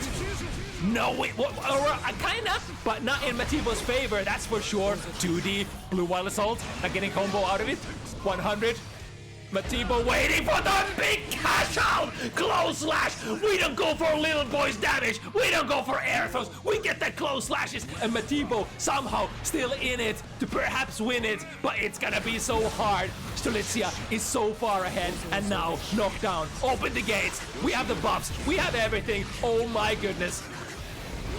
Get the mana back.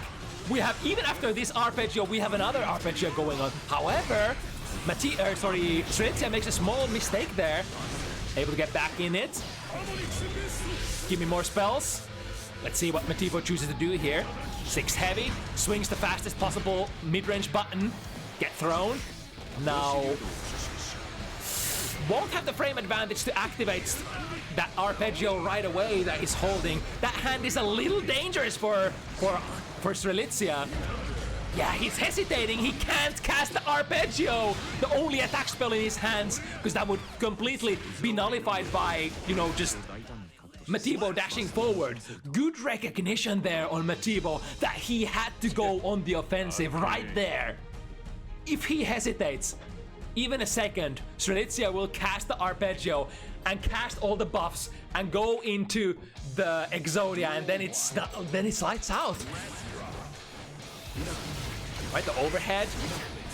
Metron finds its way in. It's the first time that Matiibo has, you know, opted to poke at the cubes, which is perhaps, I'm not sure how strong Soul is with his normals poking into the cubes, but technically if you're not confident poking into them on a regular basis, this matchup will get really difficult. However, here with the acceleration stat, it's probably not feasible to poke into them at all. Got that so much chip damage as well. Finds the overhead, finds the 6 heavy, and now Matiibo, ooh, close slash, or sorry, far slash counter hit, finds a close slash. Strelitzia, big gamba here. Did Matiibo press a button? No, but it's gonna be plus for Strelitzia. Good read, good jump out of the throw. Strelitzia was trying to spend all of the resources, gamble everything on that throw to get over with it, but now is gonna pay the price. Go into the next matchup. Matiibo, full burst. Strelitzia, no burst. Matiibo uses all of it for 2 red wild assaults. However, not getting value out of it, unfortunately. Was able to reduce from Strelitzia's mana gauge a little. Look at that Terra Metron from a very peculiar angle. Very low on mana here. Will probably have to spend life. Spends a little, spends more. And now, this is good. Well, this is a soft knockdown, so this might not be as good as I thought initially. Open to, wow, gee, Strelitzia, how does your mom have 2 arpeggios? Cross beaming, do not cross the beams. Do not cross the beams. They said, but Strelitzia doesn't give a fuck. He crosses the beams and gets the round. And now, set point once again, Strelitzia. Matiibo, do your magic or die trying. Get the burst. DP card in hand, Strelitzia is on a mana regen buff. Dive under the Rainbow Cube. Vortex will be able to do that. Oh, there we go, he spaced it! He was waiting for it! Dash forward, then backwards, then BP, and the DP card was already expired. And now, Strelitzia does have a lot of resources, but very little mana left to spend. The delayed, the fuzzy 2 PP, the hesitation from Matiibo, called out by the Magic Master himself. Is this it? Open up the gates! Buffs are activated. Strelitzia has everything. Matiibo needs a miracle. Maybe a YRC. No, so close to the burst. Ah, the hard bait! And the punish with the 2D! From that distance, many characters wouldn't even be able to punish, but Strelitzia knew. Blocking the burst at that range, 2D spell, that's all that I need. Got the RPS there, my heart pounding. You see, Matiibo knows he has to burst. Strelitzia knows Matiibo has to burst. All the viewers know he has to burst. It has to happen, but when does it come out? God damn it. The Grand Magus himself once again triumphs. Holy shit. And that's why Asuka is one of the most entertaining characters in Guilty Gear Strive. Hands down. My goodness. Whew. Alright. Well, that was a hustle and a half. And now, what now? Well, you know the deal. We do this every Sunday, 5 p.m. CEST. And if you want to play in the next week's event, you can perhaps join my Discord. That's generally where it's best to fish all the information and the sign-up forms. Everybody's free to participate. We try to make the matchup as even as possible. And that said, where are we heading? Where are we dropping, as they say? Let's see if we have any good raid targets available. Of course, have the Duck community playing their weeklies. Anything other interesting going on at the moment?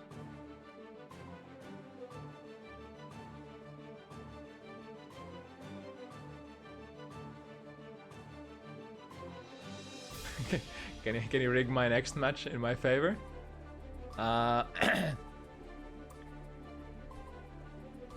Never has Bounty Hunter's team engaged in any sort of illicit rigging activities. Every matchup is strict 5-5, completely even.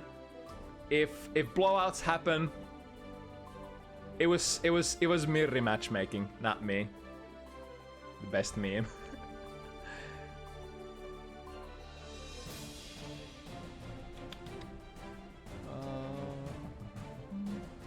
Oh, you know what? There's the gender cross-up. I kind of wanted to play in that myself, but they always start at like 9 p.m. So usually just barely too late to be able to participate.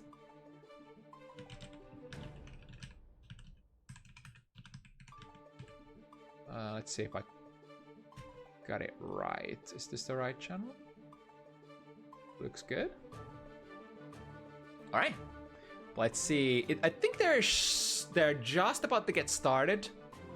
Another lesser talked about weekly. I think they're weekly event on the European front. So if you've never participated, write it down in your calendars. Maybe you can, join their Discord and join next time if you're interested. Yeah, that's it.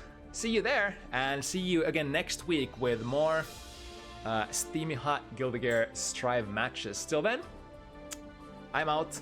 Stay safe, and I'll see you next time. Bye-bye.